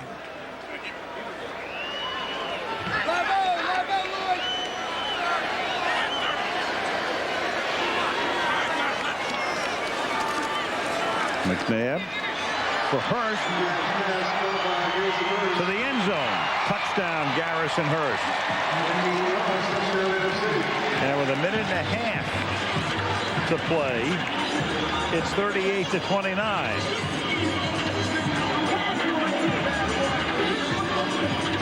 As simple a touchdown pass as you'll ever see. Swing pass out to the right to number 20, Garrison Hurst. The NFC had two blockers out in front as it's a quick screen, and a great move at the goal line to get in for the score. Well, at the time of the game, you're going to need a one-pointer and a two-pointer, and they'll opt for the one-pointer right here. Take their chances and go for the two-pointer if they can get into the end zone again. Akers to try to make it an 8-point game, and he does, so it's 38-30. And the NFC would have one timeout remaining, so they are forced to try an onside kick here. East Coast Bond picture show Goldfinger. West Coast, you'll see Oregon, the Ducks taking on the Golden Bears at Berkeley. Not just the East Coast, but those of you in the Midwest and in the Mountain Time Zone will be seeing Goldfinger. Thanks to Mark Ameno up here, filling in so admirably and capably for George Hill in the mountains of Utah. And our spotter ending his 16th season, but not calling it a career as yet. Better not. Malibu, Kelly Higgs. Can't afford to call it a career yet. He's building a new home.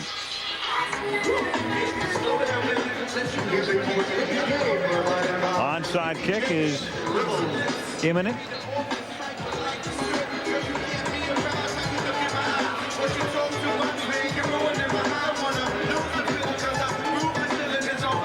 Akers will try to kangaroo hop it into the arms of a blue and white clad NFCer. If the AFC recovers, they can run the clock out in as much as the NFC has only one timeout remaining. And most of the athletes out there are defensive players for the NFC on this onside kick. So Akers to kick it has to go 10 yards. In the air, jumping up, making the grab was Rod Woodson. And Rod Woodson is able to secure the football and in effect secure an AFC victory. So Rod handing a present to his old coach, Bill Cowher. Yeah, Rod Woodson, his 10th Pro Bowl, definitely going to be a Hall of Famer one day. But again, it's like Bruce Matthews. You have to retire before you can start that 5-year clock ticking. Watch Woodson come up high. It's a great kick by Akers. But only Woodson went after the ball while it was in the air.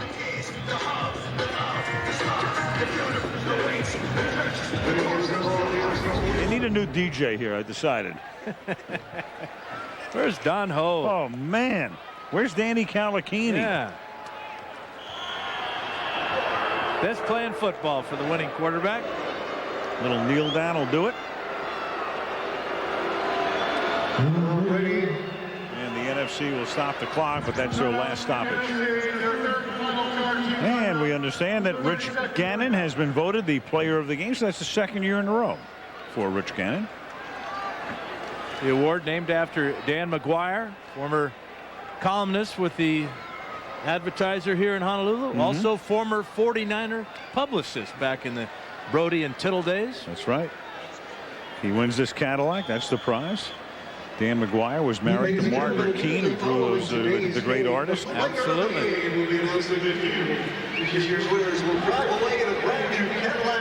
And now Brady on a couple of kneel downs can wrap it up, and Brady can walk off the field a winner for the second time in 6 days. Rich Gannon got it started for the AFC. NFC was able to hang right in there until the very end, but the AFC is going to go home with $30,000 per man. NFC $15,000 per participant. And let's check in again with Melissa. All right, well, when Ray Lewis last ran away, he said things are happening. We were talking about Marvin Lewis. Can you just give us some kind of sense of what you were talking about? I mean, he's probably going to be back with us. I'm not happy with what people done to him. You know, I think he should. Everybody in the situation should have been a man about it one way or another. Then not let a guy set his family up and think one thing and then another thing goes different. But I'm disappointed that he didn't get it, but at the same time happy that we stayed together. Yeah, you're lucky to have him back, I guess. Yeah. Thanks, Ray. Well, that remains to be seen. And Ray, of course, talking about the fact that it appeared that Marvin Lewis would be hired by Tampa Bay. Then that was squashed by the Glazer family. And then apparently Marvin is meeting with the Redskins about the possibility of becoming their defensive coordinator. So a lot still to be determined, except the outcome of this game has been determined. And as Ray said, things are happening all over the league. Things are happening, but the season is over. It's history, and the AFC has won the Pro Bowl. Back in a minute. Let's have a listen.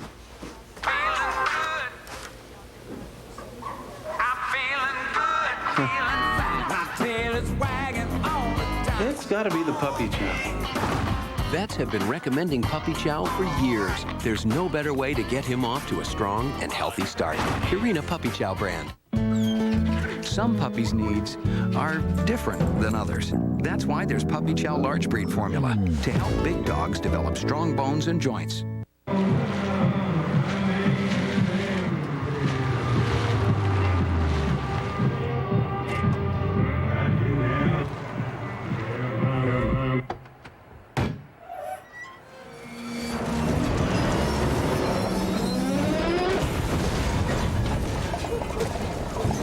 Introducing the tough new Crew Cab Long Bed.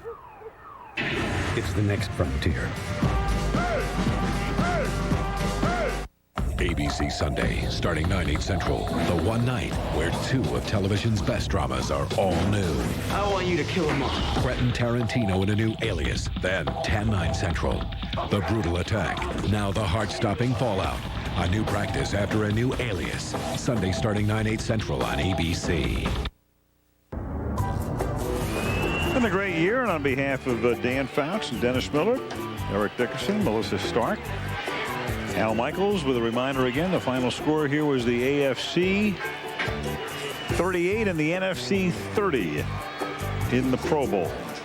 32 of these have been played, now tied at 16 apiece. Stay tuned now for the Bomb Picture Show. Goldfinger, West Coast only, college basketball.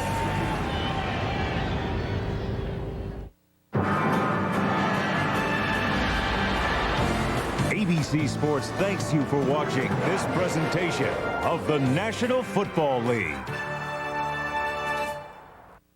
Valentine's Wednesday. I'm Marlo Kelly. Drew has found the Valentine of his life. She's a cop, played by Jenny McCarthy. If you haven't seen him naked yet, save a bullet for yourself. But she's got a fatal attraction on a new Drew Carey. Hey! You really want to shoot me? Followed by a new episode of The Job, Valentine's Wednesday on ABC. Jose Sanders and Judy Sue, weekday mornings from 5 to 7 on the Bomb Picture.